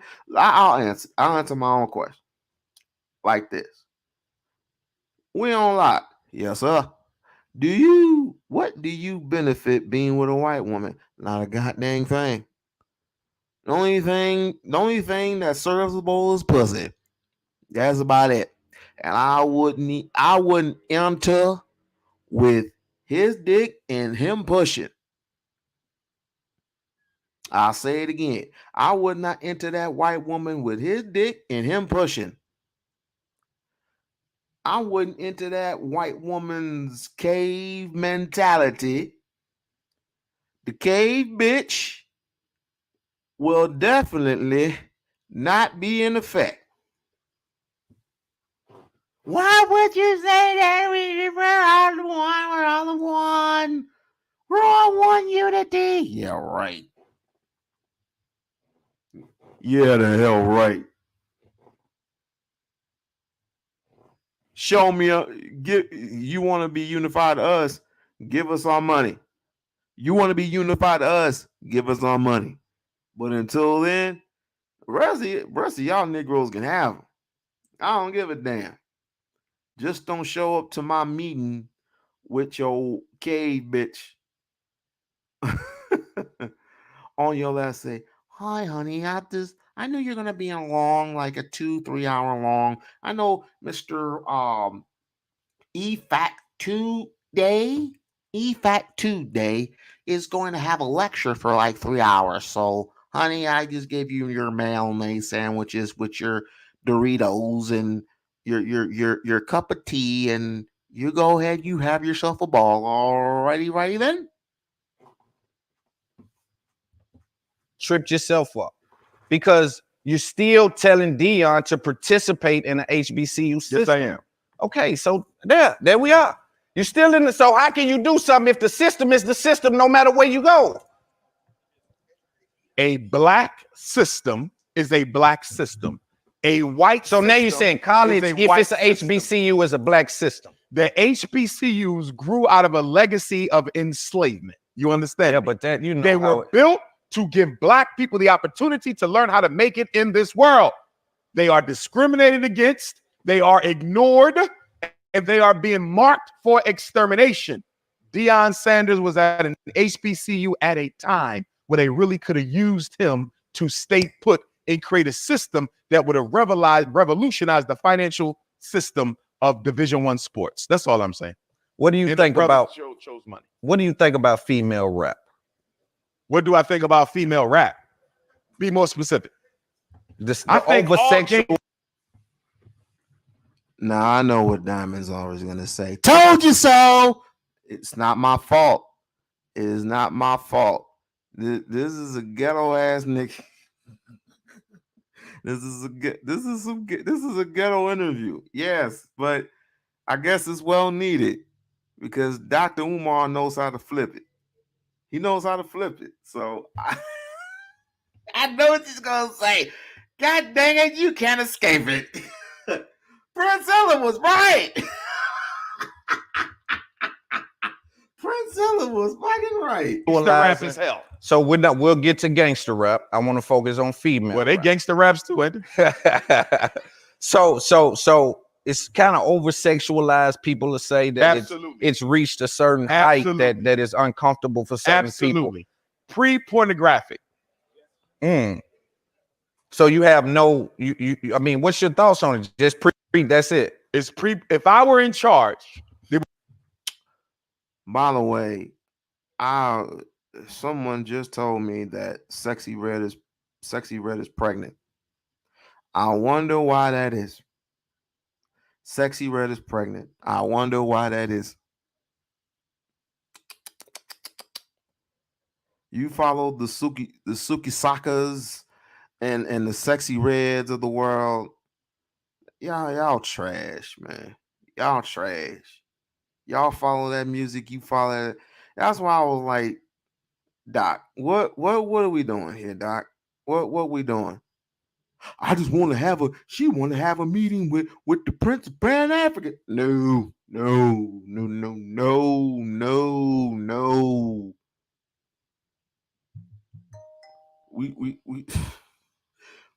We trying to build something here. Don't get caught up and have another delay. And I don't know if I can defend you much longer, bruh. I don't know if I can defend you very much longer because I'm at my wit's end and I'm holding on. Every news you give me, I'm just like, I'm putting it. It's like I got more energy now because I got more leverage, right? But don't let me have to catch you with another wannabe ass revolutionary / hooker. It's like, Jesus. There would be no gangster rap and there would be no soft pornography rap. It'll all be exterminated. And one of the biggest contradictions I see right now as we celebrate the 50 years of hip hop is I don't hear nobody having a conversation on how hip hop has hurt Black America. Gangster rap is the marketing scheme for the mass incarceration of Black males. And nobody's saying nothing about it. 50 years of gangster rap, 50 years of hip hop. Most of the money made by Jewish publishing houses. Not a single Black institution, relevant Black institution. And let me tell you what relevant institutions are. schools, banks, hospitals, supermarkets, manufacturing, and distribution centers. 50 years, billions of dollars, the most influential music form on earth. And in 50 years, they haven't built a single institution for Black people. Throw it in the trash. So that's gangster rap. And I've heard you also say that they're flaunting in certain things. You feel as though that they're almost shitting on Black people who are the main message of gangster rap is I made it out the ghetto, you didn't. And I'm going to flaunt to you what I have that you may never get. It's about making yourself look important to people who don't have much. Now, by you, see, you made a lot of money off. Do you know you make a lot of money off what? Yeah, I got you. Just hold what you got. Do you know that? Do you know that? Do you know that you've made a lot of money in like the motivational space? Do you know people view you as like some sort? They pull motivation from you. Do you not recognize? Of course, I'm the greatest Black speaker on the planet right now. And okay, so when you say that, and let's hold off on some of that, Dr. Umar. We'll have to now just. But seriously, people look but at you. I don't make much money from that. I make my money from you get your brand visibility though from that. See, that's value that goes in different buckets, especially when you're building my a brand. credentials pay the bills, not the work for the no, bro. You can't tell me that, Umar. Don't do that. That's a fact. No, it's not. No, it's not a fact. Because there's a lot of school psychologists. Because it's a lot of school psychologists. It's a lot of people with your attributes that don't make the kind of money you make. And if they did pay the bills, then you wouldn't take bookings the way you do. No. Okay. I'm not going to break down my bookings. Right. I'm just going to say that a lot of what I do in the community. This is the part where I say, I'm like, okay, let's cut this short because I already know where this is going. How much money have you made? Let's see the books. Let's see the books. Let's see how much you made in a matter of 4 years, Dr. Umar. Jesus Christ. We you know what? Is done at zero cost. I don't charge a penny to go into the prisons. I don't charge a penny to go into the halfway houses. I don't charge. Last time you've been to a prison or halfway house? About a month ago, last month. I don't charge a penny to go to Africa. How do you know what to charge for and what not to charge for? Well, because I'm a doctor, I can charge for everything that I do. But I'm saying I don't charge for anything when I leave the country. No. Yeah. I don't charge for anything when I work with vulnerable populations. So if one of them call me up right now and say, Dr. Umar, I work at the youth prison. Can you come down here to Nashville and speak to my boy? Sure, just cover the plane ticket. I'm not going to charge you a penny. I've never charged for those things. Right. So how do you know what to charge for and what not to charge for? If do you charge for because I don't charge for vulnerable populations. So if you are helping people help themselves, I'm not going to exploit that. I'm coming for free. Just get me there. That's it. Okay. Again, I want you to know that. And I didn't even charge for my speaking for the first 10 years. You know when I started to charge for my speaking? When it started taking me away from my psychological services. And then I had to make. If you're making so much money on psychological services, why the hell am I going to come speak for free? Or no, because I know what you're going to say. This is about the mission. So I'm saying, if I'm making so much money on the psychology, why the hell am I speaking for 10 years for free? What? You got. Tell me, why are you interested in speaking at all? And I'm trying to be respectful. You guys don't make me be this. I was sitting here. Okay, I'm done. I mean, shouts out to the brother, but yeah, we're done. We're done. We're done. We're done. Let's go to the chat. So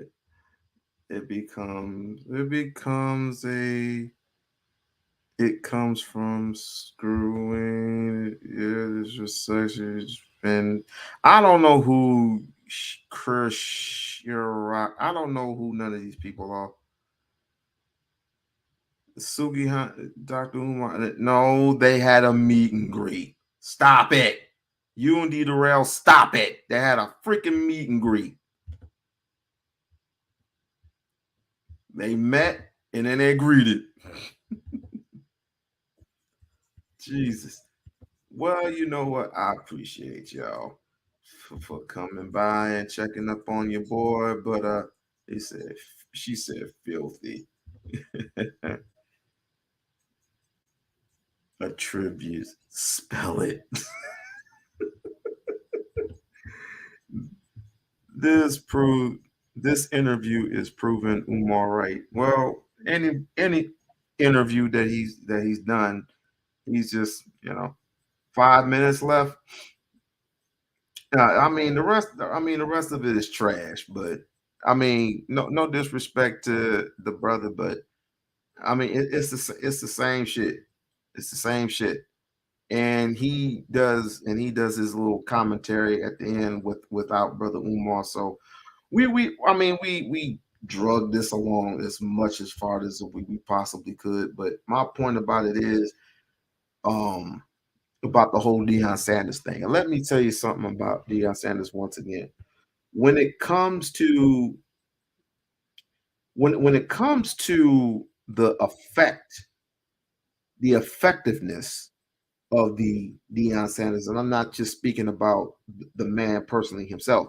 I'm talking about everybody else who has the mindset of that, which, in other words, meaning that you're getting your opportunity is a rise because the white man has given you a shot. You're getting it lit. Now you're getting it in for as much as you possibly can. If you've seen how much money Shakira Sanders is making, over $4 million for everybody else, and he's flashing his little watch and everything. What does that say to the power structure? What does that say to the white power structure? I'll wait. What does that say to the white power structure? Prayer can't fix this. Priscilla was right. Everybody, let me just say this. Princella is pretty much a copycat at this moment. Here's why I say that. Everybody's seen this coming. A 13-year-old has seen this particular shit coming. There's nothing that a person that has gone through an interview or gone through these rabbit ass talking points, a 13-year-old can see right through this. So there's nothing that Priscilla has said that hasn't been said already. It really hasn't. Right. So I'm not expecting any more, any less, unless we had a Dr. John Henry Clark walk through the door. If we had a Dr. Claude Anderson walk through that door, and we'd be speaking to economics and stuff like that. Tomorrow I might do something on the Black community itself and what do they usually talk about. I don't know what's going to come down the road. I don't know what's going to come down the pipeline, but I will definitely let y'all know. Last look at the chat. The colonizers already know how to control ninjas. They have been doing it. They're going to continue to do it. Of course. Of course. Unless we have the balls to do something about it. Seeing and saying it isn't helping. Y'all haven't changed. Why do you keep referring to as y'all? Even though this is an individual talk, I am not a part of that and don't want to be. You will never catch me at a Manosphere cookout, okay? You will never catch me at a Red Pill cookout with none of these Negroes. You just wouldn't. You know why? What does it benefit? What is it saying? I'm just waiting for not too long from now. Probably in another month or so, if it's Black History Month. Collectively, when?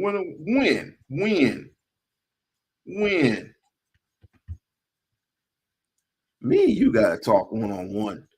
When have you ever seen me?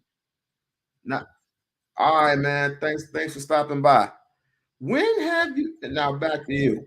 When have you ever systematically seen me in a Manosphere live event? When have you ever seen me? You have not. You have not, and you have not heard me speak a near lick of what these people are talking about. Sure, I cuss somebody out, but that's different. I'm within reason to doing that. Y'all collectively, yes, you are your brother's keeper. Nah, that went in the trash. No, my real actual brother's keeper, he just left. I'm not talking about this new person. I'm talking about Dito. He just left. He has a business and he hires nothing but Black people.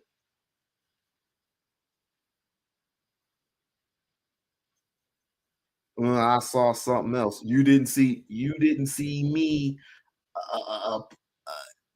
You didn't see me uh, co-sign none of this shit. Instead of just looking at all subjects, look at the person in front of you and see if there's any hope.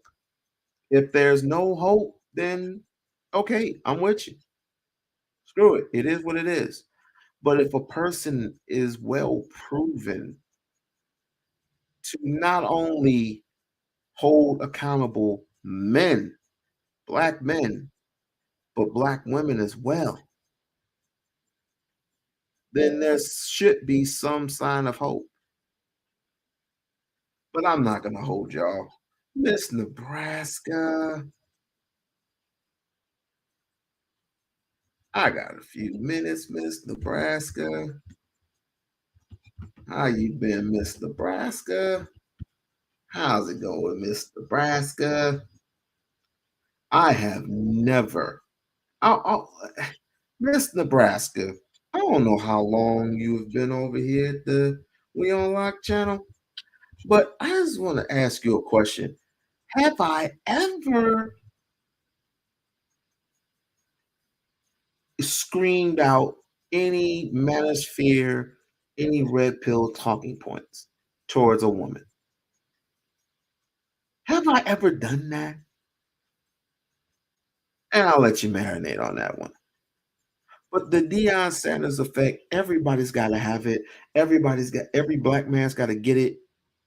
And then you end up broke.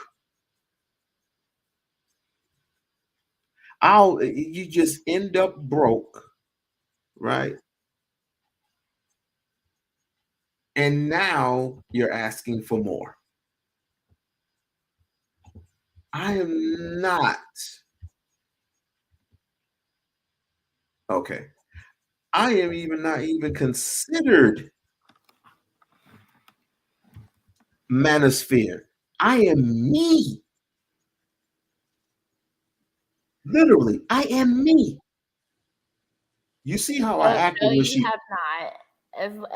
As long as I've been here, well, I haven't been here that long. I think I just discovered you this year, but you have not, that I know of. No. Have I acted in a manner that you would find funny, fishy, sus, anything like that? Never. You are, put it this way, and I think I've told you this before, but you're probably the only Black male content creator on YouTube that I actually spend a lot of time in their channel and participate. She said, "No, you haven't done that, but you have a hoes mentality." Shut your face. Just shut your face. Look, I can't believe that came out your mouth. Or you was typing that in the chat like you were typing up some shit. All right. What you think? What you Because think? you're the only, well, I won't say only because I really don't be in these YouTube streets that heavy like that. But I would say from my YouTube standpoint, you're the only one that does not participate in the whole manosphere thing. Everybody, it seems like everybody is on the bandwagon. Well, here's the thing. Since Diamond wants to talk so much shit, and I hear where she's coming from, is like We-On-Loc just want some of that box, want some of that 298. And like not likely. I mean, I got that at home. I mean, what are we talking about? I got that, but you don't care that about you don't care nothing about that. You stick your dick in a blender. Why? So we can get our shit chopped off? What we saying? I know plenty of women who are stuck, and quote me on this. I know plenty of women who have stuck gas what you call them, gas tanks up their vaginas. Are you serious? I'm dead serious. Why? Did they say why? Don't ask me. I don't know. I have no idea. It's the same reason. It's the same reason I would say, why would you twerk in front of the police? Why? I will say that what's the purpose? I'll respond to Diamond's last comment. I will say this. I know more married women that cheat than married men. Not to say that married men don't cheat, they do, but women cheat just as much as men do. We just don't get caught. We're a lot smarter. Wait. Say that one more time. Her comment says married men cheat every day. She says she knows. And I said, I know a lot. I know more married women who cheat than married men. Mm-hmm. So I'm saying that women cheat just as much as men do. It's just that a lot of more men get caught. Uh-huh. Oh, she said probably because you're bad in bed. You know what? I'm gonna leave that alone. I'm gonna leave that But alone. the whole, I've never heard a woman put. Okay, but okay. Well, speaking of which, you know, I've never heard that before. I found something a little bit better. I don't think But that I could see a crackhead doing that though. I could definitely see a crackhead doing that. You can see a crackhead doing what? Putting the gas pump up their vagina. I'm trying to find it. I don't think YouTube will let me let that, you know, let that shit show. But if I do find it, my.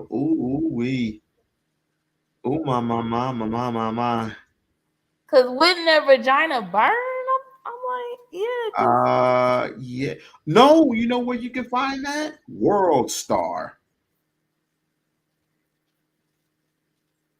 I am dead ass. And she didn't start screaming because that chemicals will burn like That right away. shit wasn't even. She better be lucky that shit wasn't on. Oh my gosh. But just to be even, Steven with it, I want to show you a little something that black men aren't the only ones that act a damn donkey in this history. Let's observe. An argument between a couple led to this wild scene at a Chicago area gas station. Forest Park, Illinois police tell Inside Edition Digital 31-year-old Kendra Nance had been arguing with her boyfriend inside this truck when they pulled into a gas station because they were having car trouble. Some customers stepped in, and that's when Nance began yelling at them too. Someone threw something at Nance's truck. At that point, her boyfriend got out of the vehicle. That's when she hopped into the driver's seat and kept arguing with the other customers.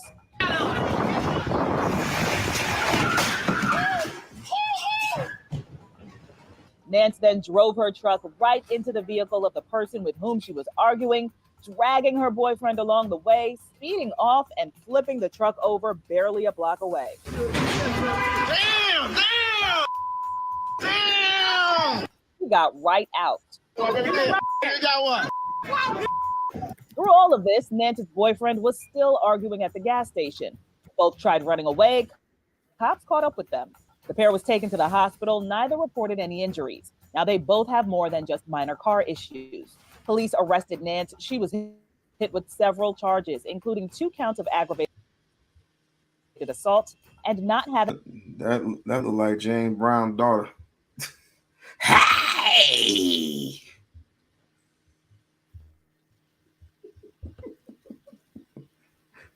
You there? I'm here.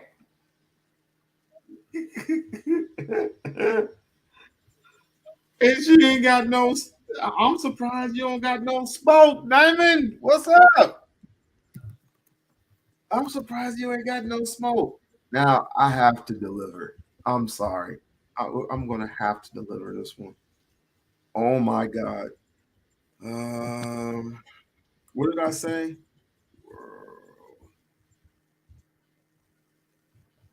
But would you believe something like that? That women would actually do some stupid shit like that? I mean, I believe it here in America. You can't put nothing past nobody.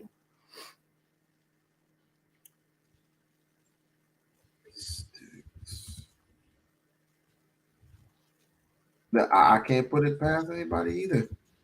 You know, if people have sex with animals, they'll definitely put a gas pump up their vagina. That's some white shit.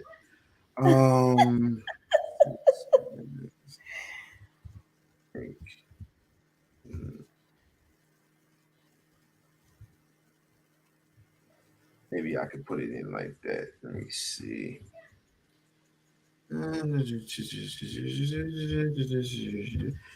I haven't been in World Star in Jesus years. So I don't know what type of shit that they got.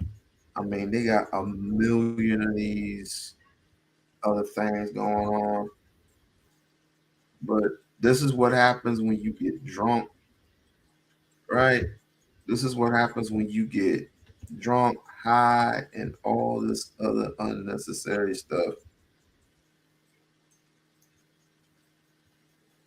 It is totally freaking crazy. But I would have to backtrack and I would have to see if I can actually find it, because I don't want to make a complete idiot of myself, a complete fool of myself by saying what I said and can't find the evidence. No, I'm going to find it. if it's my last thing that I do. But then again, people, why should this be surprising? No, it's not. It's not surprising at all. Like I said, I just don't know if it was like a dry. Was it a new dry one or was it a used one? Because she had to be crying or burning, putting that up in her like that. We talking about ethanol. She wasn't feeling it at all. Okay. Let me see. Boy. That's why I said it probably was a crackhead. No, I wasn't. No, when you on fat that, bitch, I never knew a fat bitch to be a crackhead. Oh yeah, I have some in my family. A fat woman being a crackhead. Yes, sir. Literally. Literally. Oh, sticks, gas, pump, and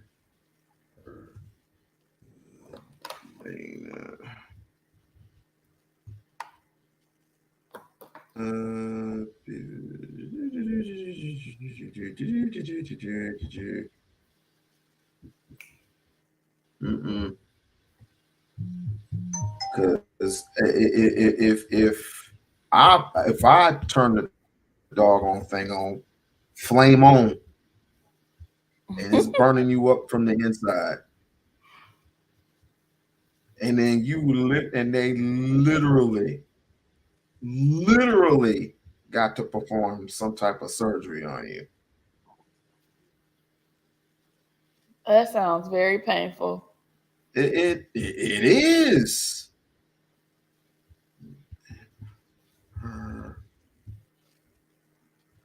Yeah, I think they removed it.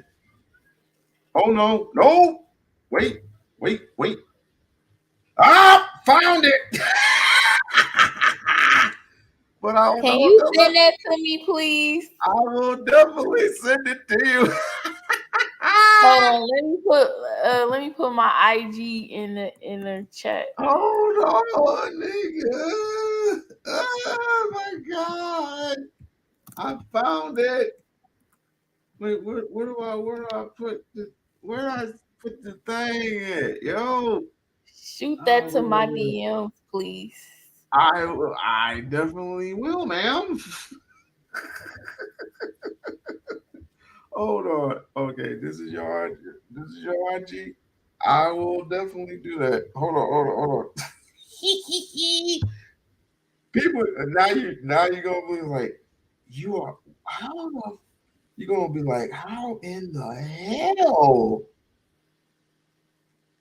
And I was like, well, that's what people do. Did you hear about the white lady who contracted herpes from a happy ending at a massage parlor? Was it a Japanese massage parlor? No, it was Massage Envy. Massage what? Envy. I don't know if they have them in Las Vegas, but they have them here in Atlanta, probably like in the South. Oh. It's a Well, massage parlor. I requested you. So Okay. Let me see. So you're gonna have to. Oh damn! That's I would have ran. It's like, yeah, keep doing it, baby, keep doing it. Click. It was like, now where's my money? No, I wouldn't do that. All right. Let's see. Confirmed. All right.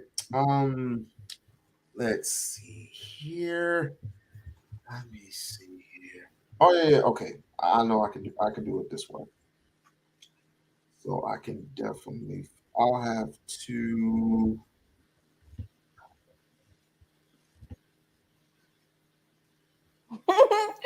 That's disturbing. Very. Is it? Oh, I thought about that. Don't do that. No, I can't let you see. No, that part they won't let me show it. But if Did you send it to my DMs? I'm trying to send it now, woman. I am. Let me see here. How do I send it?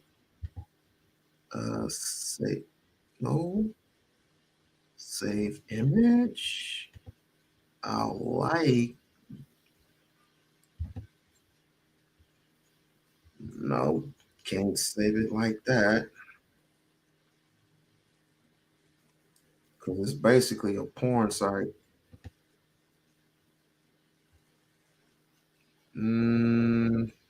I'll find a way to do it, and trust me, when I do send it to you, you'll be like, yeah, Okay. yeah, but it's but it's connected to a porn site, so I can't really. Oh, okay. Okay, but Any last words before we get out of here? This has been great. This has been great up until I Yeah, told you. I enjoyed the stream. Great stream.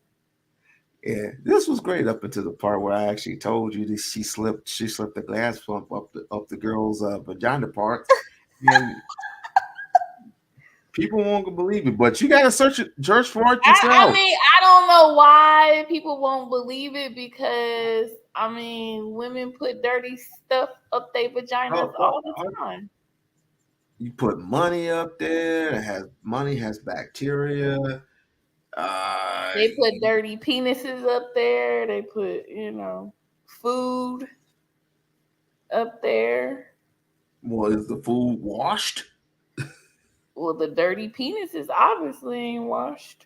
So I'm pretty sure the food don't be washed either. I can't speak to that. I don't have dirty peen. I don't keep dirty peen.